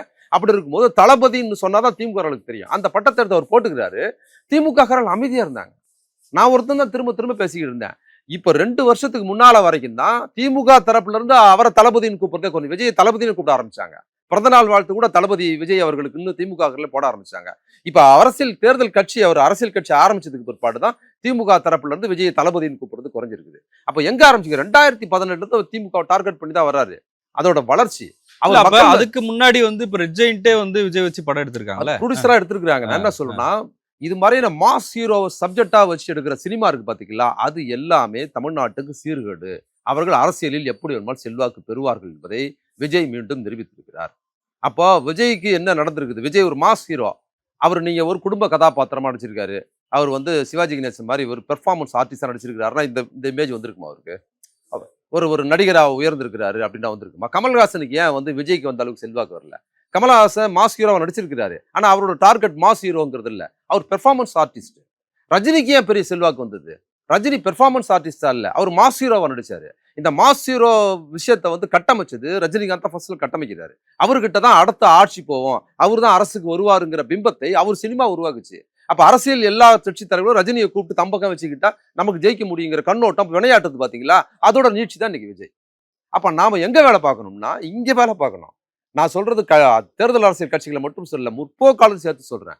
இந்த மாதிரியான மிகைப்படுத்தப்பட்ட உணர்வுகளையும் ஒரு தனி மனிதனை ரொம்ப மாஸ் ஹீரோவா சித்தரிச்சு கண்டுக்கு வர சினிமாவோட அந்த ரசனை ரொம்ப மட்டமான ரசனையை பிம்பமா கை வச்சு ஒரு கட்டமைக்கிறா பாத்தீங்களா, அது இப்ப ரொம்ப அதிகமா இருக்குது. அப்ப இளைஞர்கள் மத்தியில நமக்கு ஒரு நீங்க அந்த இளைஞர்கள்ட்ட நீங்க என்ன பேசுவீங்க? அந்த இளைஞர்கள் தான் முதல் நாள் முதல் ஷோல மாஸ் ஹீரோ வந்து எப்படி பஞ்ச் டைலாக் பேசி 100 பேரை பறக்க விடுறாரு பாத்தீங்களா? எம்ஜிஆர் கூட 10 பேர் தான் அடிச்சாரு. இன்னைக்கு 100 பேர் அடிக்கிறாங்க. சில இது துப்பாக்கி எல்லாம் வச்சுக்கிட்டு போரே நடத்துறாங்க. தனிநபரா இருந்துட்டு ஒரு நாட்டுக்கு எதிராக போரே நடத்துற அளவுக்கு வளர்ந்துருக்கு பாத்தீங்களா? இதோட நீட்சி அரசியலுக்கு தான் வரும். இல்ல அதான் சொல்றேன். இப்ப அரசியலுக்கு வந்ததுக்கு அப்புறம் நமக்கு ஒரு ஹேண்ட்ஸமான சிஎம் கிடைச்சிருக்காரு, இளைஞரா இருக்காரு, கோட் சூட் போட்டிருக்காரு, ஸ்டைலா இருக்காருன்னு பேசிக்கிறாங்கல்ல. அந்த இளைஞர்கிட்ட என்ன அரசியல் பேசுவீங்க? இதுதான் நான் என்ன சொல்றேன், இது முதல்ல சினிமாவுல இருந்து ஆரம்பிக்கணும்னு சொல்றேன் நான். இன்னைக்கு இந்த அரசியல்ல வந்து விஜய் வந்திருக்கிறாருன்னா இதை நம்ம நெருக்கி பிடிச்சி பேசி போவோம். இது பெரிய அலையா வரல. ஆனா இது பெரு ஆபத்து. அப்ப துரியோதனனுக்கு உயிர் தொடையில் இருப்பது மாதிரி இது மாதிரியான சினிமா பிரமுகர்களுக்கான செல்வாக்கு அரசியல் கட்சியில் இல்ல, திரையில் இருக்கிறது. திரையில் பார்த்ததுதான். திரைக்கும் அரசியலுக்கும் நடுவில் அவரோட தனி வாழ்க்கைன்னு ஒண்ணு இருக்குல்ல, அது கொண்டாடுற மாதிரியே இல்ல. அது அவசியமே இல்லை ரசிகர்கள். புரியுதா உங்களுக்கு? அவரோட நிஜம், அவரோட யதார்த்தம்னு ஒன்று இருக்குல்ல, விஜயோட யதார்த்தம் சினிமாவும் இல்ல அரசியலும் இல்ல, நடுவுலோட லைஃப்னு ஒன்று இருக்குல்ல, அந்த யதார்த்த வாழ்க்கை மக்களுக்கு தேவையற்ற ஒன்றா இருக்கு. அதுதான் ஒரு உண்மை. அவர் வந்து பாத்தீங்கன்னா அப்பாவே உட்காந்துருக்காரு சட்டசபையிலையும். மாஸ் ஹீரோ பறந்து பறந்து பஞ்ச் டைலாக் அடிக்கிறவர் தான் பார்த்துருக்காங்க. சட்டசபையில உட்காந்துருந்தாலும் சரி, எதிர்கட்சி தலைவர் பார்க்க போனாலும் சரி, அப்படியே உட்காந்துருக்காரு. எதிர்கட்சி தலைவர் உதயநிதி ஸ்டாலின் அவர் தான் சொல்றாரு, சிரிச்சுக்கிட்டு இருக்காரு. ஒண்ணுமே தெரியல. அவர் பேசாம உட்காந்து பாக்குறவனு பரிதாப உணர்ச்சி ஏற்படுத்த மாதிரி தான். இதுதான் அவரோட நிஜ தோற்றம். இதுதான் அவரோட யதார்த்தம். இதை வந்து மக்களுக்கு புரிய வைக்கணும்ல. அப்ப நீங்க சினிமாவோட பயணிக்கிறது, சினிமாக்காரர்களோட பயணிக்கிறது, மாஸ் ஹீரோவை பயணிக்கிறது, அவர் வந்துட்டாருன்னு வரணும்னா அவர்கள் வளர்ந்து நமக்கு எதிராக தான் வருவாங்கங்கிறத விஜய் நெத்தியில அடிச்சா மாதிரி விஜயோட இந்த அரசியல் வருகை நம்மள அலர்ட் பண்ணியிருக்கு. அப்போ நாம் எங்க போய் திரும்பி வேலை பார்க்கணும்னா இது மாதிரியான சினிமா, மக்கள் விரோத சினிமா, மக்களை மலினமா பார்க்கிற, மக்களை மூடர்களாக பார்க்கிற, அரசியல் கண்ணோட்டத்துல இஸ்லாமியர் தீவிரவாதியா காட்டுறது, தலித் மக்களை இழிவா காட்டுற சினிமாக்களை எப்படி நம்ம புறந்தள்ளி பேசுறோமோ, அதுபோல் மக்களை வந்து ரசனையற்றவர்களாக, மக்களை ஒரு குப்பை கூலமாக நினைச்சு ஒரு தனிநபர் வெளியில வந்தா அதிர்ந்து கூட பேசுறதுக்கு பயப்படுற ஒரு தனிநபர் சினிமாவில் மாஸ் ஹீரோவா 100 பேர் அடிக்கிறாரு, பஞ்ச் டைலாக் பேசுறாருங்கிற மாதிரியான கட்டமைக்கிற அந்த மிகைப்படுத்தப்பட்ட சினிமாவுக்கு எதிரான ஒரு ரசனை மாற்றத்தையும் சேர்ந்து பேச வேண்டிய ஒரு கட்டாயம் இருக்குது. இல்ல ஆனா இப்ப மக்கள்ல வந்து வர வைக்கணும், ஒரு கூட்டம் போடுறாங்க, மக்கள் அதிகமா வரணும்னா திமுக மேடைகள்ல அங்க ஒரு நடிகரை பேச வைக்கிறாங்க. அதுதான் சொல்றேன், அதுதான் வருது. இப்ப மக்கள் எப்படி திருட்டுவீங்க? அப்ப மக்கள் இதுதான் சொல்றேன். இந்த கடந்த கால தவறுகள் வந்து பாடம் எடுக்கணும்னு சொல்றேன். எல்லாத்தையும் சேர்த்து தான் நான் சொல்றேன். அதை செஞ்சுதான் ஆகணுங்கிற. முதலமைச்சர் உட்கார்ந்து இருக்கிறாரு, ஒரு தலைவர், மக்களால் தேர்ந்தெடுக்கப்பட்ட தலைவர், மக்களால் கொண்டாடப்படுகிற தலைவர் ஒருத்தர் இருக்கிறாருன்னு சொன்னா அந்த இடத்தில் ஒரு நடிகர் வந்தாருன்னா ஒரு 2ஆம் பட்சம் பார்க்குற கண்ணோட்டத்தை உருவாக்கணும். அங்க தலைவராகவே 2ஆம் பட்சமா மாறி போற கண்ணோட்டம் வந்து போகுது. அப்ப அதை மாற்றணுங்கிறது கேரளாவில் அப்படி இல்லை. கேரளாவிலும் சினிமாவில் இருக்கிறாங்க, எல்லாம் இருக்கிறாங்க. என்னதான் மாஸ் ஹீரோ இப்ப விஜய் அலை கேரளா வரைக்கும் வரும்ன்றாங்களே. இங்க இருக்கிற ஒரு இன்ஃப்ளூயன்ஸ் இருக்குல்ல, தமிழ்நாட்டுல இருந்து போனவங்க இது மாதிரியான படம்லாம் பார்த்து வரலாம். அது அரசியலை தீர்மானிக்கிற கண்ணோட்டமா அது மாறாது. அங்க ஸ்டாரா இருக்கிற மோகன்லால், மம்முட்டி எல்லாம் கூட ஒரு அரசு விழாவுக்கு போனாங்கன்னு சொன்னா, அங்க முதலமைச்சருக்கு தான் முக்கியத்துவம் இருக்குது. அது பெருசா ஒண்ணும் மாறுறது இல்ல. அந்த கண்ணோட்டம் தமிழ்நாட்டுல நம்ம உருவாக்கணும்னு நான் சொல்றேன். அது ரொம்ப முக்கியமானது. அதனால எல்லா அரசியல் கட்சியையும் நான் வந்து என்னோட தோழமையா இருக்கிற எல்லா அரசியல் கட்சி தலைவர்களையும், பிரமுகர்களையும் கேட்டுக்கொள்வது, சினிமா நடிகர்களை விட நீங்க தான் ரொம்ப முக்கியமானவங்க. அப்ப நீங்க வந்து மக்கள் வந்து உங்கள பெரிய ஆளா நடிக்கும்போது, நீங்களே சினிமா நடிகர பெரிய ஆளா நடிச்சு போகும்போது, மக்கள் ஆல்டர்னேட்டிவ் அவங்கள தான் விரும்புவாங்க. அப்படிங்கிற அந்த அந்த அந்த லாஜிக்கையும், அந்த உண்மையும் விஜய் ரொம்ப தீவிரமா உணர்த்துறாரு. அதனால விஜய்க்கு ஆல்டர்னேட்டிவா வேறு ஒருத்தர் அப்படிங்கிற திரையில இருந்து தேட முடியாது. அதுக்கு ஆல்டர்னேட்டிவா அரசியல்ல இருந்தா நம்ம நிப்பாட்டணும் அப்படிங்கிறத தீவிரமா சொல்ல விரும்புறேன். விஜய் பதவி ஏற்கிறதுக்கு சில தாமதங்கள் நடந்தது. இப்ப அவருக்கு 108 இடங்கள் தான் 107 இடங்கள் தான் இருக்கு. அவர் எப்படி ஆட்சி அமைப்பாரு? ஆதரவு இல்ல அப்படின்லாம் பேசப்பட்ட ஒரு சூழல்ல, திமுக, அதிமுக இணைய போறாங்க அப்படின்ற ஒரு செய்தி பரவலா வந்தது. மு.க. ஸ்டாலின் கூட அவருடைய அறிக்கையில வந்து மாற்று யோசனைகள் சொல்லப்பட்டது. ஆனாலும் அதை ஏற்கவில்லை. கூட்டணி கட்சிகளோட என்ன நினைக்கிறாங்களோ அதே தான் என்னுடைய மனநிலைன்னு அவர் அறிக்கையில சொல்லியிருக்காரு. நேற்று சி.வி. சண்முகம் வந்து எடப்பாடி அங்க பேசினாரு அப்படின்லாம் சொன்னாங்க. அப்புறம் திரு திருமாவளவன் அவரை வந்து முதலமைச்சராக்குற பிளான் இருந்துச்சு அப்படின்லாம் செய்திகள் வந்துகிட்டே இருக்கு. அதை எப்படி பாக்குறீங்க? இல்ல அத விடுங்க. இன்னைக்கு வந்து அதிமுகவை சேர்ந்த 20 எம்.எல்.ஏ.க்கு மேற்பட்டவர்கள் வந்து விஜய்க்கு ஓட்டு போட்டிருக்காங்க. 22 பேரு. 22 பேர். இதுதானே விவாத பொருள். கிசுகிசுகள் தான் மீண்டும் இதுதான் நான் சொல்றேன். திமுக எதிர்ப்பு மனோபாவம்ங்கிறத தொடர்ந்து கட்டமைக்கிறாங்க. இப்ப விஜய் வெற்றியில் அப்பாவியா இருக்க அரசியல்படுத்தப்படாத மக்கள் அவருக்கு ஆதரவு தெரிவிச்சாங்கங்கிறது மட்டும் இல்ல. ரொம்ப நாங்க தான் பிறப்புலயே அறிவாளிகள்னு சொல்றவங்களும் விஜய் ஆதரிக்கிறாங்க. அதை எப்படி பாக்குறீங்கன்னு ஒரு கேள்வி நீங்க கேட்டீங்க. ஆமா, ஆமா, ஆமா. சினிமா மோகத்தில் பார்த்து விஜய்க்கு ஓட்டு போட்ட மக்கள் நம்ம புரிஞ்சுக்க முடியுது. இன்னொரு பக்கத்துல மயிலாப்பூர்ல ஓட்டு போட்டிருக்காங்க. இல்ல அவர் திமுக எதிர்ப்ப பேசுறாருல்ல. அதுதான் சொல்றேன். அதுல திமுக எதிர்ப்பு வினையாற்றுது. இதுல ரசிக மனோபாவம் இந்த மக்கள் மத்தியில திமுக நிறைய அஜித் ரசிகர்களே விஜய் ஓட்டு போட்டிருக்காங்க. அது திமுக அவர் எதிர்க்கிறாரு. இவரு வந்து நான் சொல்ற எளிய மக்கள் மத்தியில் திமுக எதிர்ப்பு வினையாற்றல. விஜயை ஆதரிக்கணுங்கிற கண்ணோட்ட வினையாற்றி விஜய்க்கு ஓட்டு போட்டிருக்காங்க. ஆனால் மயிலாப்பூர்ல ஓட்டு போட்டவங்க விஜய் ரசிகருக்காக அந்த ஓட்டு போடல. அவங்க திமுக எதிர்ப்புக்காக ஓட்டு போடுறாங்க. அப்ப திமுகவை எதிர்ப்பது பாஜகவா இருந்தா அவங்களுக்கு ரொம்ப சந்தோஷம். ஐடியாலஜியோட சேர்ந்து செய்வாங்க. அப்ப பாஜகவுக்கு ஓட்டு போட்டா ஜெயிக்கிறதுக்கு வாய்ப்பு இல்ல. இது ரொம்ப கத்துக்க வேண்டிய ஒரு விஷயம். எப்பவுமே வாய்ப்பு இல்லைன்னு சொன்னா திமுகவை தோற்கடிப்பதற்கு யாருக்கு வாய்ப்பு இருக்கிறதோ அவர்களுக்கு வாய்ப்பு எப்பவுமே ஓட்டு போடுவாங்க. மயிலாப்பூரும் திருவல்லிக்கேணியும் இந்த ஐடியாலஜி உள்ளவங்களுக்கு எப்பவுமே உண்டு. அப்ப பாஜகவுக்கு ஓட்டு போட்டா பாஜக ஜெயிக்கணும்னா போடுவாங்க. பாஜகவுக்கு வாய்ப்பு இல்லைன்னா அவங்களோட சாய்ஸ் அதிமுக தான். அதிமுக தான் ஓட்டு போடுவாங்க. திமுகவுக்கு ஓட்டு போட மாட்டாங்க. அப்ப திமுகவை தோற்கடிப்பதற்கு அதிமுக தான். பாஜக நம்ம ஐடியாலஜி. ஆனா அது ஓட்டு போட்டா நம்ம ஓட்டு வேஸ்டா போயிடும். ஜெயிக்காது. போன முறை எலெக்ஷன்ல ஜெயிக்காது. அப்ப யாருக்கு ஓட்டு போடலாம்? அப்ப அதிமுக தான் ஓட்டு போடணும்னா அவங்க எல்லாரும் மயிலாப்பூருக்கு ஒரு குறியீடா சொல்றோம். அவங்க எல்லாம் அதிமுக ஓட்டு போடுவாங்க. இந்த முறை அவங்க அதிமுக ஓட்டு போடல. ஏன்னா வெற்றிக்கான சோர்ஸாக அவங்க எதை பாக்குறாங்கன்னா தாவேக்காவா பாக்குறாங்க. நான் வெஸ்ட் மாம்பலத்துல போய் மக்கள்கிட்ட பைட்ஸ் எடுப்பேன்ல. அப்போ பல பேர் சொன்னது, நாங்க வந்து ஜெயலலிதா இருக்கிற வரைக்கும் அவங்களை ஆதரிச்சோம். இப்போ நாங்க நேரடியா மோடி ஆதரிக்கிறோம் அப்படின்னு சொன்னாங்க. இப்ப அவங்களுக்கு விஜய் கிடைச்சிருக்காரு அப்படி எடுத்துக்கலாமா? ஆமா, வெற்றிக்கான வாய்ப்பு அவங்க திமுகவுக்கு ஒருபோதும் ஓட்டு போட மாட்டாங்க. அங்கிறது பாருங்க. எஸ்.வி. சேகர்லாம் பேசுறாரு. அவர் ஆதரவு தெரிவிக்கிறாரு. அவர் திமுக ஓட்டு போட்டாரான்னு நமக்கு தெரியாது. ஏன்னா அந்த மயிலாப்பூர் தொகுதியில இந்த குறியீடு எது என்ன திமுக இதை வந்து ஒரு குறியீடா சொல்றேன். மீடியாவும் அப்படிதான். மீடியாவுக்கு விஜய்ங்கிற ரசிக மனோபாவத்துக்கு இல்ல. விஜய் ஒரு டிஆர்பி ரேட்டு. 2 வருஷமா அவரை வச்சுக்கிட்டு ஏதாவது ஒன்று ஃபோக்கஸ் பண்ணி மக்கள் மத்தியில கொண்டு போறது. நீ விஜயை ப்ரமோட் பண்ணு, தப்பு இல்ல. ஆனா அதை எப்படி ப்ரமோட் பண்றாங்கன்னா திமுகவுக்கு ப்ரமோட் பண்றது. அப்ப விஜய்ங்கிறத டிஆர்பி ரேட் அவரை போட்டா நிறைய வியூஸ் வருது, நிறைய பேர் பாக்குறாங்கிறது ஒரு மையமான விஷயம். அந்த மையமான விஷயத்த விஜயை பில்டப் பண்றதுல கொடுக்கறதில்ல. அதை விஜயை திமுக எதிராக நிப்பாட்டுவதில் ரொம்ப தீவிரமா வினையாற்றுறாங்க. இல்ல இப்ப நீங்க பார்ப்பனர்கள் ஆதரிக்கிறாங்கன்றத சொல்றீங்க.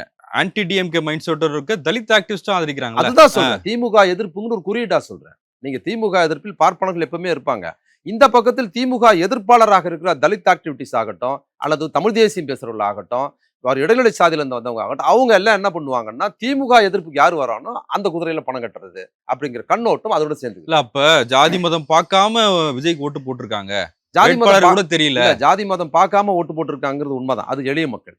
அந்த மக்கள் வந்து தலித் மக்கள் பெரும்பான்மையா ஓட்டு போட்டிருக்காங்க. இதுல திமுகவை புறக்கணிச்சதாக தலித் ஆக்டிவிட்டிஸ் சொல்றாங்க. அவங்க புறக்கணித்தது தலித் இயக்கங்களை முதன்மையா. பெரும்பான்மையான தலித் இயக்கங்களுக்கு செல்வாக்கு இல்லை. வட மாவட்டத்திலையும் மேற்கு மாவட்டத்திலையும். அதுதான் பிரதானம். அங்க வந்து பெரும்பான்மை இன்னும் சொல்லப் போனா தலித் மக்கள் மத்தியில் திமுக பெரிய செல்வாக்கு பெற்ற கட்சியா இல்ல. தலித் இயக்கங்கள் தான் செல்வாக்கு பெற்றதா இருந்தது. அப்படி இருந்துதா திமுக ஜெயிச்சிருக்கணும் இல்ல. திமுகவோடவும் தலித் இயக்கங்கள் செல்வாக்கு பெற்றிருந்தது. அப்ப மக்கள் இந்த ஆபத்தை அவங்க உணர்றதே இல்ல. திமுக தோத்தா போதும்னு கருதுறாங்க. அப்ப அங்க விஜய் யார ரீப்ளேஸ் பண்றாருன்னா, தலித் மக்களுக்காகவே கட்சி ஆரம்பித்து அவங்களோட பிரதிநிதித்துவத்துக்காக முன்னிலைப்படுத்துகிற கட்சிகளை தான் விஜய் முதல்ல பின்னுக்கு தள்ளி இருக்கிறாரு அப்படின்னு தெரியுது. ஆனா அவர்களுக்கு அது பிரச்சனை இல்ல. தலித் இயக்கங்கள் எந்த தலித் இயக்கம் புரட்சி பாரதம் வந்து தோல்வி தோத்து. சந்திச்சிருக்காங்க. நான் என்ன சொல்றேன், பாஜக திமுக எதிர்பார்க்கறத புரட்சி பாரதம் தோத்துருக்குது. எந்த ஆம்ஸ்ட்ராங் மனைவி தோத்துருக்காங்க. அப்புறம் திமுகவை சேர்ந்த விடுதலை சிறுத்தைகள் வேட்பாளர் தோத்துருக்காங்க. விடுதலை சிறுத்தைகள் ஆதரவும் தோற்கடிக்கப்பட்டிருக்குது. அப்போ விஜய் ஜெயிச்சிருக்கிறாருன்னா இது என்ன அவங்க கொண்டாடுற மனநலம்? எப்படியோ திமுக தோத்தா போதுங்கிற இது அரசியல் கண்ணோட்டம். இதுல எங்க அரசியல் இருக்கு? திமுக கால் பிடிச்சி தான் இருக்குது. இவங்க பேசுகிற அம்பேத்கர் அரசியலும் இல்ல, இவங்க பேசுற தலித் அரசியலும் அதுல இல்ல. அப்ப இவங்க கிட்ட என்ன வினையாற்றுதுன்னா, திமுக எதிர்ப்பு மனோபாவம் கொண்ட இருக்கு பாத்தீங்களா, அது வினையாற்றுது. அதுல தலித் மக்கள் பெரும்பான்மையான ஓட்டை தலித் இயக்கங்களை புறம் தள்ளி விட்டு விஜய்க்கு போட்டிருக்கிறாங்க. தலித் இயக்கங்கள் கூட்டமைப்புல ஒண்ணு திமுக பக்கம் இருக்குது, இல்லைன்னா அதிமுக பக்கம் இருக்குது. ரெண்டுத்துக்கு ஓட்டு போடாம விஜய்க்கு போட்டிருக்காங்கன்னு அர்த்தம். தலித் இயக்கங்களே வேணாம் எனக்கு. இவங்க பிரகாரம் சொல்லணும்னா ஜாதியை கடந்து தலித் மக்கள் ஓட்டு போட்டிருக்காங்கன்னு பார்க்க முடியுமா? பார்த்து அப்படித்தானே பார்க்க முடியும். ஜாதி மதங்களை கடந்து ஓட்டு போடுறதா இருந்தா தலித் மக்கள் தலித் இயக்கங்கள் என் தலைமையில் இருக்கிற தலித் இயக்க தலைவர் எனக்கு தேவையில்லை, நான் விஜய்க்கு போடுறேன்னு பார்க்க முடியுமா? அதை அப்ப இது ஒரு சரியான மாற்றமா இது? அப்ப திமுக தோற்கடிக்கப்பட்டதுங்கிறது மகிழ்ச்சி மட்டும் இருக்குதே தவிர தலித் இயக்கங்கள் தோற்கடிக்கப்பட்டிருக்குதுங்கிறது ரொம்ப. இன்னொரு புறத்துல பாருங்க, மாறாக வன்னிய சமுதாய மக்கள் ஓட்டு வன்னியர்களுக்கு விழுந்திருக்குது, பாமகவுக்கு தான் விழுந்திருக்குது. அதுல இன்னொரு புறத்துல பாத்தீங்கன்னா, பாமகவுக்குன்னு ஓட்டு போற சில வன்னியர்கள் இருக்காங்கல்ல, அவங்க ஓட்டு மாறல, அவங்க விஜய்க்கு போடல, பாமகவுக்கு தான் போட்டிருக்காங்க. கூட்டணியில அதிமுகவுக்கு போட்டிருக்காங்க. அதான் பாமகவுக்கு போட்டிருக்காங்க, கூட்டணி அதிமுகவுக்கு போட்டிருக்காங்க. குறிப்பாக தர்மபுரி பகுதியில் வன்னியர்கள் ஓட்டு வந்து பாமக கூட்டணிக்கு விழுந்திருக்கு. சேலத்துல பாமக கூட்டணிக்கு விழுந்திருக்கு. காஞ்சிபுரம், திருவள்ளூர் மாவட்டங்கள்ல, செங்கல்பட்டு மாவட்டங்கள்ல பாமக கூட்டம் அதிமுக விழுந்திருக்கு. இப்ப இந்த பகுதியில எல்லாம் திமுக தோற்றதற்கு அது ஒரு காரணமா இருக்கு. அப்ப திமுக தலைவர் என்ன பண்ணாரு, உறுதியாக இந்த கூட்டணியில் பாஜகவும் தேவையில்லை, பாமகவும் தேவையில்லை, விடுதலை சிறுத்தைகள் இருந்தா போதுன்னு உறுதியா நின்னாரு. அப்ப பாமகவை சேர்த்து இருந்தாருன்னா அப்படின்னு ஒரு கண்ணோட்டம் திமுக மத்தியில் பேசப்படுது. பாமகவை சேர்த்து இருந்தாருன்னா அதிமுக ஜெயித்த இடத்துல எல்லாம் திமுக ஜெயிச்சிருக்கோம், அந்த கண்ணோட்டம் இருந்திருக்கும். அப்ப இதை நீங்க ரொம்ப ரொம்ப ஆபத்தான ஒரு விஷயமா இருக்குது. இதை நுட்பமா கவனிக்கணும். இந்த கண்ணோட்டம் ரொம்ப முக்கியமானது. நீங்க கணக்கெடுத்து பாருங்க. போன முறை விடும் பாமக பலவீனமா இருக்கு. ராமதாஸுக்கும் அன்புமணிக்குமே பிரச்சனை. அதையும் மீறி விஜயோட அலையும் தாண்டி பாமக ஓட்டு போட்ட அந்த சமூகத்தை சேர்ந்த மக்கள் பாமகவுக்கு வாக்களிச்சிருக்காங்க. இந்த பக்கத்தில் தலித் இயக்கங்கள், சாதி ஒழிப்புக்காக தன்னை முன்னிறுத்திருக்கிற தலித் இயக்கங்கள் தலைமையை வந்து தலித் மக்கள் புறக்கணித்து விட்டு விஜய்க்கு ஓட்டு போட்டிருக்காங்கிறது ஒரு பேராபத்தான ஒரு சூழல் இது. இந்த நேரத்துல திமுக எதிர்பார்க்கிற தலித் இன்டலெக்சுவல்ஸ், தலித் அமைப்புகள் இதை கொண்டாடுறதும் திமுக புறக்கணிச்சிட்டு பேசுறதுங்கிறது வந்து ஒரு அறியாமை. இது வந்து திமுகவை புறக்கணிக்கல, தலித் மக்கள் தலித் தலைமைகளை புறக்கணிக்கிறாங்கிற ஒரு பேராபத்து இருக்குதுங்கிறது. அதை ஆல்டர்னேட்டிவா விஜயை கொண்டு போறாங்கிறத புரிஞ்சுக்கணும். இதுல இன்னொரு விஷயமா, இப்ப விஜய் வந்து மக்கள் ஓட்டு போட்டாங்க, ஒரு ஆல்டர்னேட்டிவா ஜெயிச்சு வந்துட்டாரு, அவருக்கு மெஜாரிட்டி இருக்கு, மெஜாரிட்டி இல்ல அப்படிங்கிறத விட்டுருங்க. ஆனா அவர் தேர்தல் பிரச்சாரத்துல திமுகவுக்கு எதிராக மிக கடுமையா பேசிட்டு, இவங்க 2 பேருக்கும் ஆல்டர்னேட்டிவ், பாஜகவோட உறவும் கிடையாது, அதிமுக மோசமானதுன்னு பேசின அவரு இன்னைக்கு தன் ஆட்சியை வந்து மெஜாரிட்டி காட்டுறதுக்காக யார் கூட வேணுமாலும் போறாரு. திமுக ஆதரவு ஓட்டு போட்டா அதையும் ஏத்துக்கிற மாதிரி மனோநலத்தில் இருக்கிறாரு. அப்புறம் திமுக கூட்டணிகள்கிட்ட போய் சேர்த்துக்கிறாரு. ஆமா, சிலர் சொன்னாங்க அவருக்கு பெரும்பான்மை கிடைக்கலன்னும் போது திமுக பெருந்தன்மையோட நடந்துகிட்டா என்ன, விஜய் ஆட்சிக்கு ஆதரவு போட்ட அப்பாவி மக்கள், அதாவது இவங்களுக்கு எதிராக ஓட்டி போட்டு ஆட்சியை கவுப்பாங்களாமா, ரொம்ப எளிவா பேசுவாங்களாமா. அவர் பிரச்சனை வரும்போது திமுக அவருக்கு ஆதரிக்கும் செய்யணுங்கிற இந்த அரசியல் கண்ணோட்டம் இல்லாத மக்களா இருக்கிறாங்க. பாத்துங்க, எப்படியாவது விஜய் இருக்கணும், ஏன் நீ ஆதரவு இருந்தா குறைஞ்சிருவியா அப்படின்னு நான் பார்த்தேன் அந்த வீடியோலாம். பெண்கள் பேசுறாங்க, கொடுக்க வேண்டியது தானே திமுக, வந்தா நீ நான் சப்போர்ட் பண்ண வேண்டியது. இப்படிதான் இருக்குது. ஒரு பொண்ணு அழுந்தது இல்ல, ஐயோ விஜய் அங்கிளுக்கு கேயு டிவியில படவே போட மாட்டாங்கன்னு, அதோட வளர்ந்த வடிவமா தான் இருக்கிறாங்க அவங்க. இங்க குழந்தைகளோட மனநிலை விஜய் எப்படி ரசிக மனோபாவம். அப்ப இளைஞர்கள் கூட அதிகமா நம்ம பேசுறது இல்லையா? ஆமாங்க, அந்த கேப் இருக்கு, அதை நம்ம விட்டுட்டோம். ஏன்னா நம்ம வீடியோக்களை பாக்குறாங்களே இல்லங்க, நீங்க தான் பேசுறது, நீங்க தான் மாஸ் சினிமாவோட பயணிக்கிறீங்களே. விஜயை ஒரு மாஸ் நடிகரா எல்லா கட்சியும் ஏத்துக்குது. அவர் நம்மள ஆதரிக்கிறாரா தனியா நிக்கிறாராங்கிறதா பிரச்சனை. இப்ப விஜய் வந்து தனியா ஆதரிச்சிருந்தா இல்லாம திமுக கூட்டணி ஆதரிச்சிருந்தா விஜய் எல்லாரும் கொண்டாடி இருப்பாங்க. இது அரசியல் கிடையாதுங்கிற, இந்த ஆபத்து நடக்கும்ங்கிற. இப்ப அஜித்தோ அவரோ யாரோன்னா இந்த சினிமாங்கிற ஒரு மாஸ் ஹீரோ மக்கள் மத்தியில் செல்வாக்கு பெற்றவரா இருக்கிறாரு, அதை நம்ம பக்கமா மாத்திக்கிறோங்கிற கண்ணோட்டம் இருக்க தவிர இது மாதிரி மாஸ் ஹீரோக்கள் இப்படிதான் வளர்ந்து நிற்பாங்க. எம்ஜிஆர் அதை தான் பண்ணாரு, இப்ப விஜய் இதுதான் பண்ணிருக்காரு. ரஜினி அதை மிஸ் பண்ணிட்டாரா? ரஜினி அதை மிஸ் பண்ணிட்டாருன்னா, ரஜினி வந்து ஒரு ஆனா ரஜினி தான் கட்டமைக்கிறாரு. அப்ப ரஜினியோட ஆதரவு இருந்தா நம்ம ஜெயிக்கலாங்கிற கண்ணோட்டம் இருந்தது இல்ல. ரஜினி கட்சி ஆரம்பிச்சிருந்தா இது மாதிரி நிலைகள் வந்திருக்கலாம், முன்ன பின்ன இருந்திருக்கலாம்னு வச்சுக்கோங்க. அப்ப ரஜினி இதுல வந்து கமல் இடையில வந்திருக்காரு. ரஜினி அதோட நீட்சியாக மாஸ் ஹீரோ சப்ஜெக்ட் வச்சு இது மாதிரியான கண்டென்ட் ஒண்ணுத்துக்கு உதவாத சப்ஜெக்ட்ல வச்சுக்கிட்டு நடக்கிறதுக்கு நடக்க கூட முடியாத ஒரு 50 பேர் அடிக்கிற மாதிரியான ஸ்கிரிப்ட் இருக்கு பாத்தீங்களா, அதோட நீட்சியாக ரஜினி ஃபர்ஸ்ட் பண்றாரு. அதோட விஜய், அதுக்கப்புறம் ஒவ்வொரு நடிகரா வராங்களா மாஸ் ஹீரோ. இந்த சினிமா இருக்குல்ல, இந்த சினிமா நம்ம வாரி முற்போ கடல் பொழுது பார்த்துட்டு ஜாலியா பார்த்துட்டு வந்துருவீங்க. சினிமா கிரிட்டிக் பண்றவங்க ஒரு வாய்ப்பு கிடைச்சதுன்னா அவங்களோட ரெண்டு பக்கத்துல போட்டோ எடுப்பீங்க, குடும்பத்தோட கூட்டு போய் போட்டோ எடுத்துப்பீங்க. ஆனா ஓட்டு போட மாட்டீங்க. ஆனா மக்கள் ஓட்டு போடுவாங்க. நீங்க அவ்வளவு ஆர்வமா குடும்பத்தோட போட்டோ எடுத்துக்க போது மக்கள் ஓட்டு போடக்கூடாதான்னு ஒரு கேள்வி இருக்கு. ஓட்டு போடுவாங்க. அப்ப அதோட அது பயணிக்கிறது. நான் எதை சொல்ல வந்தேன்னா, விஜய் அரசியல்ல இப்போ இதெல்லாம் பண்றாரு. அவர் வந்து இப்படிலாம் விட்டுருங்க. அவர் வந்து தன்னோட அரச ஸ்தாபிப்பதற்கு முதல் நாள்ல இருந்து எதை வேணுமாலும் பண்ற ஒரு நபரா மாறி இருக்கிறாரு. கூட்டணி கட்சிகளை போய் கெஞ்சுறாரு, கேட்கிறாரு. திமுக கூட்டணியில தான் ஜெயிச்சிருக்கிறாங்க. அவங்கள கூடாதுன்னு சொன்னவர் கூப்பிடுறாரு. அமைச்சர் பதவி ஆசை எடுத்து கூப்பிடுறாங்க. எல்லாம் நடக்குது. அதுக்கு பிற்பாடு இப்ப அதிமுக பாஜக கூட்டணியில இருந்து கூப்பிடுறாரு. அமமுக வேட்பாளரை தூக்கிட்டு வந்து வச்சிருக்காரு. அவர் ஒரே ஒரு ஒரே ஒரு ஆளை வச்சிருந்தாப்புல அவரு தினகரன். அவரை கூட்டு போய் வச்சிருக்கிறாருங்கிறது வந்து இது வரைக்கும் பாரம்பரியமா கட்சி நடத்தினவங்க வந்து என்ன பண்ணாங்களா தான் சொல்லியிருக்கா உதயநிதி. கூத்தரோட கேவலமா இருக்குன்னு சொல்லியிருக்காரு பாருங்க. அந்த மாதிரி வேலையெல்லாம் பாக்குறாருங்கிறது ஒரு அரசியல்வாதியா வந்து ஆல்டர்னேட் இதுக்கு முன்னால இருந்த அரசியல்வாதிகளோடவும் எடப்பாடி பழனிசாமி காலத்துலலாம் பார்த்தோம்ல, ஆளை மாத்துறது கொள்றது அப்படிலாம் அதை விடவும் மோசமான ஒரு அணுகுமுறையா இருக்குதுங்கிறது.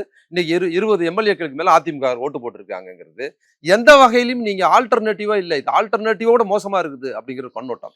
பதவியேற்பு விழால தமிழ்த்தாய் வாழ்த்துக்கு 3வது இடம் வந்தே மாதரம் பாடப்பட்டது. வந்தே மாதரம் குறித்து நீங்க நிறைய பேசிருக்கீங்க. நம்ம வந்து நம்ம தான் நிறைய போட்டுக்கிறோம். பேசியிருக்கோம். அது எப்படி இஸ்லாமிய விருப்பு விதைக்குது, ஆமா. அது சமஸ்கிருத பாட்டு, ஆமா. அது பாஜக விரும்புகிற பாட்டுலாம் நீங்க அது பேசியிருக்கீங்க. தேசப்பற்று பாட்டே இல்லைன்னே சொல்லியிருக்கிறோம். ஆமா. அப்ப அதுக்கப்புறம் தாவேகா தரப்புல இருந்து ஒரு விளக்கம் கொடுத்தாங்கன்னு வச்சுங்களேன். இப்ப அதெல்லாம் எப்படி பாக்குறீங்க? அது உதயநிதி அதை வந்து நேர்த்தியா பேசியிருக்கிறாரு. நம்ம திருப்பி திருப்பி உதயநிதியை சப்போர்ட் பண்றோம் அப்படின்னு பார்க்காதீங்க. இன்றைய அவரோட பேச்சு எனக்கு நான் ரொம்ப சோர்ந்துட்டேன். நான் வெளியவே போலங்க. எனக்கு ரொம்ப மன வருத்தம். நான் ஆட்சியை திமுக இழக்கும்னே நினைக்கலைங்க. முதலமைச்சர் தோப்பாடுன்னு நினைக்கல நான். ஆட்சி இன்னும் சொல்ல போனா திமுக இன்னும் ஒரு 20 இடம் கம்மியா வருது. ஒரு 5 இடம் ஜெயிச்சிருந்து முதலமைச்சர் ஜெயிச்சிருந்தா கூட இன்னும் நம்பிக்கையா இருந்திருப்போம் நம்ம. அது ரொம்ப ரொம்ப மனசோர்வு ஏற்படுத்திருச்சு எனக்கு. ரொம்ப என்னடா இப்படி இப்படி இல்ல ஆனா ஸ்டாலின் தோத்துட்டாருன்றது தாவேகா தரப்பு மக்களே வீடியோஸ் போடுறாங்களே. அது எப்படி நடக்குது? அதாங்க நான் சொல்றேன் இல்லங்க. ஒரு அமுத்தி பாக்குறது. Facebookல லைக் அமுத்துற மாதிரி போட்டிருக்காங்க. அது ஆட்சிக்கு போயிரும்ல அவங்களுக்கு தெரியல. இந்த நலத்திட்டம் போயிடும் அது பேர். விஜய் ஜெயிப்பாரு. அதனால ஸ்டாலின் தோத்துற மாட்டாருன்னு நினைச்சு விஜய் ரசிகரா இருக்கிறாங்க இல்லங்க. ஸ்டாலின் தொகுதியில இருப்பாங்கல்ல. அவர் வந்து முதலமைச்சர் ஸ்டாலினுக்கு எதிராக போடுற ஓட்டு இல்ல. விஜய்க்கு போடுற ஓட்டு அது. நம்ம ஒரு ஓட்டு போடுறோம். இதுல என்ன அவருக்கு வந்துட போகுதுன்னு நினைச்சு போட்ட ஓட்டு அது. அப்படிதான் அவர் தோத்துருக்காரு. அதாங்க இந்த அறியாமை தான் என்னால சகிச்சுக்க முடியலன்னு சொல்றேன் நான். இந்த மக்களோட அறியாமை வந்து ரொம்ப ரொம்ப பேராபத்தா இருக்குது. அதனால தான் சொல்றேன். தலித் இயக்கங்கள் புறக்கணிக்கப்பட்டிருக்கு. திமுக புறக்கணிக்கப்பட்டிருக்குங்கிறத இன்னொரு பக்கத்துல மக்களை விட்டுருங்க. அறிவாளிகளா இருக்கிறவங்க சோகால்டு திமுகவே சரியில்லை, பெரியாரே யோக்கியர் இல்லைன்னு பேசுறவங்க விஜய்க்கு முட்டு கொடுக்குறாங்க. அடே நம்மளையும் சேர்த்தா புறக்கணிச்சிருக்குங்கிறது உங்களுக்கு தெரியல. இந்த ஆபத்து இருக்குல்ல, இது சமூகத்தை அடுத்த கட்டத்துக்கு மோசமான சூழலுக்கு மாத்துதுங்கிறது ஒண்ணு. இது ஒண்ணாச்சா. இன்னொன்னு இந்த வந்தே மாதரம்லாம் சொல்லிட்டு பாத்தீங்களா, இது இது திட்டமிட்டதா இருக்குதுங்க. விஜய் ஆட்சிக்கு வரும்போது அங்க வந்து வந்தே மாதரம் பாடுறது, அதுக்கப்புறம் இது ஜனகன மனகதி, கடைசியாக தமிழ் தாய் வாழ்த்துங்கிறது வேற ஸ்டேட்ல நடந்திருந்தா கூட பரவாயில்லைங்க. இங்க அதுக்கு தான் சண்டை போட்டது. ஆர்.என். ரவி அதுக்காக தான் அங்கிருந்து ஓடி இருக்கிறாரு. இவ்வளவு பிரச்சனையாயி. அதைத்தான் உதயநிதி நேத்து சொல்லி அதில் தான் சொல்ல வந்தேன். உதயநிதி ஏன் திருப்பி மேற்கோள் காட்டுறேன்னா, எனக்கு நேத்துல இருந்து தான் ஓரளவுக்கு பேச வருது. நேத்து சட்டசபையில உதயநிதி இதெல்லாம் கவுண்டர் பண்ணி நான் என்னெல்லாம் நினைச்சேனோ பேசியிருக்கிறாரு. மேற்கு வங்காளத்துல கம்யூனிஸ்ட் கட்சி தோற்கடிக்கப்பட்டு பாஜக ஆட்சிக்கு வந்திருக்குது. அந்த மாநிலத்திலே வந்தே மாதரம் பாடல. அவங்க ஊர்லயே பாடலன்னு சொல்லியிருக்குது. அதுல இன்னொரு சிறப்பு தகவல் என்னன்னா, அந்த வந்தே மாதரம் பாடல் வங்காள மொழியில் எழுதப்பட்டது. அந்த ஊர்கார் எழுதின பாட்டு தான் அது. அந்த ஊர்கார் எழுதின பாட்டு அந்த ஊர்லயே பாடல. அவங்க வந்து பாஜகக்காரன் எடுத்த உடனே பண்ணா பிரச்சனை ஆயிரும் அவன் இருக்கான். இவங்க பாஜகவும் இல்லைன்னு சொல்ற இவங்க ரொம்ப ஆபத்தானவங்களா இருக்கிறாங்கிறது. அதுல ஸ்டாலின் பதவி இருக்கும் போது பாடினாங்கலாம் சொல்லி அவரு கவர்னர் மாளிகையில கவர்னர் மாளிகையில பாடினாரு. அதை கூட நம்ம போட்டிருந்தோம். அவரோட பாடி லாங்குவேஜ் அது உதாசீனப்படுத்துறதா இருந்துச்சு. அவர் பதவி அறியாம பதவியேற்புலயே வந்து போடப்பட்டது. அவரு கவர்னர் மாளிகையில் தான் பதவி ஏற்றாரு கோவிட் டைம்ல. இல்ல இப்பவும் ஒரு கவர்னர் புதுசா வந்து பதவி பாடல் போட்ட போது அவரோட பாடி லாங்குவேஜ் பின்னால கை கிட்டாரு. வந்தே மாதரம் அவர் எதிர்பார்க்கு மேல கை விட்டாரு. அதுக்கப்புறம் ஜனகன மனதை போட்டு தான் அவர் ஸ்டிப்பா முன்னால் நின்றார்ல. அதெல்லாம் அவருக்கு தருந்திருக்கு. ஆனா இவங்க பண்ண விஷயத்துல 2 வாட்டி அது பாடப்பட்டிருக்கு. அதைத்தான் உதயநிதி சுட்டி காமிச்சிருக்கிறாரு. இன்னொன்னு அரசியல் பிரிவு அதிகாரியா வந்து ஒரு ஜோசியரை போட்டிருக்காங்க. நான் என்ன சொல்றேன்னா, இவங்க ஒரு மாஸ் ஹீரோ வந்து மக்களை வந்து ஒரு சிறந்த ஆட்சியை பண்ணிட்டு சினிமா மோகத்துல வீழ்த்திட்டாங்க. இதெல்லாம் விட்டுருங்க. வந்துட்டீங்க. வந்ததுக்கு பிற்பாடு இந்த ஆட்சி பரவாயில்ல, நம்ம ஆதரிக்கலாம்னா பிரச்சனை இல்லை. ஆனா இது எப்படி இருக்கும்னா, நாம் எதற்காக பாஜகவுக்கு எதிராக இந்த மாநிலத்தை கட்டமைச்சிருக்கிறோமோ அதோட ப்ரோவாவா இங்க செய்வாங்க. இவருக்கு அந்த நோக்கம் கிடையாது. இவர் பாஜகவை முற்றிலுமாக விமர்சிக்காதது தேர்தலுக்கு முன்னால் அல்ல. இப்ப கவர்னர் இந்த பாடுபடுத்துறாரு, அப்பவும் சொல்ல மாட்றாங்க. கவர்னரை பத்தி ஒரு வார்த்தை பேச மாட்டாரு. அவரும் பேச மாட்டாரு, கூட இருக்கிறவங்களும் பேச மாட்டாங்க, எதுவும் பேச மாட்டாங்க. இதுல என்ன தெரியுமா, இந்த திமுக கூட்டணி கட்சி தயவுல ஆட்சி அடைக்கிறதுனால தீய சக்திங்கிறத பேசாம வாயை மூடிக்கிட்டு இருக்காங்க ஒரு வாரமா. இல்ல இவங்க சொல்லி ஆட்சிக்கு வந்தது அதை மட்டும் பேசாம இருக்காங்க. கவர்னர் பத்தி ஒரு வார்த்தை பேசல, அமைதியா இருக்காங்க. இல்ல இது ஒரு அப்பவும் திமுக சரிந்துன்னு பேசுறாங்க. அதாங்க பிரச்சாரத்தை கட்டி விடுறாங்க. ஆனா தேர்தலுக்கு முன்னால பேசின மாதிரி இழிவான வார்த்தைகள்ல கட்சி தலைமை அந்த ஆதவ அர்ஜுனா இவங்க எல்லாம் அதாவதுங்க எவ்வளவு இன்னைக்கு மலினமா பேசுற ஆட்கள், அவ்வளவு மலினமா பேசுன ஆட்கள் தான் இருக்கிறாங்க. இவங்க எல்லாம் அதெல்லாம் விட்டுருங்க, எப்படியோ பேசிட்டு போறாங்க. இந்த ஐடியாலஜி சார்ந்து அதுதான் நான் சொல்றேன். பாஜக இருந்தா கூட நேரடியாக அடையாளம் கண்டுடலாம். இது போன்ற நபர்கள் தான் இந்த இந்துத்துவ பாஜக ஐடியாலஜியை நடைமுறைப்படுத்துறதுல தீவிரம் காட்டுவார்கள். பாஜக காரரே வந்தே மாதரம் பாடலை பாடுறதுக்கு வெஸ்ட் பெங்கால்ல வேணான்னு விட்டா இங்க முதல் நாள்லயே கச்சேரி ஆரம்பிக்குது. இப்ப 2வது நாள்ல ஜோசியரை கொண்டாந்து உட்கார வச்சிருக்காங்க. இந்த ஜோசியர் ஆலோசனை பிரகாரம் தான் அவரு ரயில்ல டிடிஆர் போடுற கோட் அவர் சொல்லி ஆசோனை தான் போட்டிருப்பார் போல தெரியுது. திடீர்னு ஒரு கருப்பு போட்டு இந்த மாதிரி குறியீடுகள் எங்க போறது, எல்லா கட்சி தலைவர் விடுதலை போய் பார்க்குற ப்ராசஸ் அவர் சொல்லி தான் நடந்திருக்குதான். அப்ப என்ன எப்போ வெளியில வர்றது, எப்போ பதவி ஏத்துக்கிறது, எப்போ போறதுங்கிறதெல்லாம் அவருக்கு சொல்லி நடந்திருக்குது. நமக்கு என்ன பயம்னா, அவர் ஐஏஎஸ் ஆபீசரா இருந்தா பிரச்சனை இல்லை. அவர் ஐஏஎஸ் ஜோசியக்காரரு ஐஏஎஸ் ஆபீசர் கூட இருக்கலாம். அவரை பயன்படுத்திக்கிறாங்கன்னும் போது நம்ம அதை எதிர்கொள்ளலாம்னு வச்சுக்கீங்க. இவர் வெளியில இருந்து ஒரு ஜோசிக்கார் தன்னை வழி நடத்தினாரு, அவரால் தான் இன்னைக்கு ஆட்சிக்கு வந்திருக்கிறோம்னு நம்புறதுனால அவருக்கு ஒரு முக்கிய பொறுப்பு கொடுக்குறாருன்னா, அவர் பர்சனல், அவரோட அவரோட அசிஸ்டன்ட், அப்ப அவர் சொல்றதுதானே இவர் கேட்பாரு. அப்ப அவர் என்ன சொல்றாரோ அதெல்லாம் நடைமுறைக்கு வரும். ஜோசிகார் என்ன சொல்லுவாரு, அறிவியல் பிரகாரம் ஆட்சி நடத்துங்கன்னு சொல்லுவாரா? இந்த உத்தரப்பிரதேசத்துல கவர்மெண்ட் ஆஸ்பத்திரிலாம் ஜோசிகாரங்கிட்ட ஜாதகத்தை வாங்கிட்டு வந்து அதுக்கப்புறம் டாக்டரை பார்க்கணும் இருக்குல்ல, ஜாதக பிரகாரம் நோயை தீர்ப்பதுன்னு அவரை யாருக்குரிய மாரடைப்புக்கு அந்த ட்ரீட்மெண்ட் சொல்லியிருக்காரு. அப்ப இது ஒரு பேராபத்தா மாறுது இல்ல. நீங்க நிர்வாக சீர்கேடை விட்டுருங்க, அவர் சரியா பண்ணல, நலத்திட்டங்கள் கொடுக்கலங்கிறத நம்ம சமாளிச்சு ஏதாவது ஒண்ணு பண்ண போறோம்னு வச்சுக்கீங்க, இது ரொம்ப பேராபத்து. இதைத்தான் நம்ம சொல்றோம்.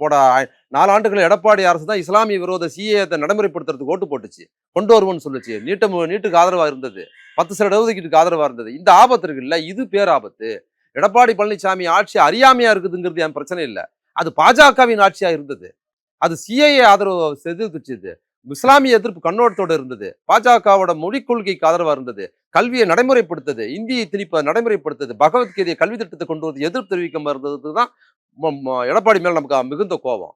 இவர் கையாளாக இருக்கிறாரு, இவருக்கு நிர்வாகம் சரியில்லை, இவருக்கு ஒன்றும் தெரியலன்னா பிரச்சனை இல்லை. ஆனா இவர் பாஜகவின் ஐடியாலஜிகளை முதல் நாள்ல இருந்து நடைமுறைப்படுத்த ஆரம்பிக்கிறார்கள். இது பேராபத்தா இருக்குது, நமக்கு அதிகமான வேலை இருக்குதுன்னு தோணுது. நன்றி. நன்றி.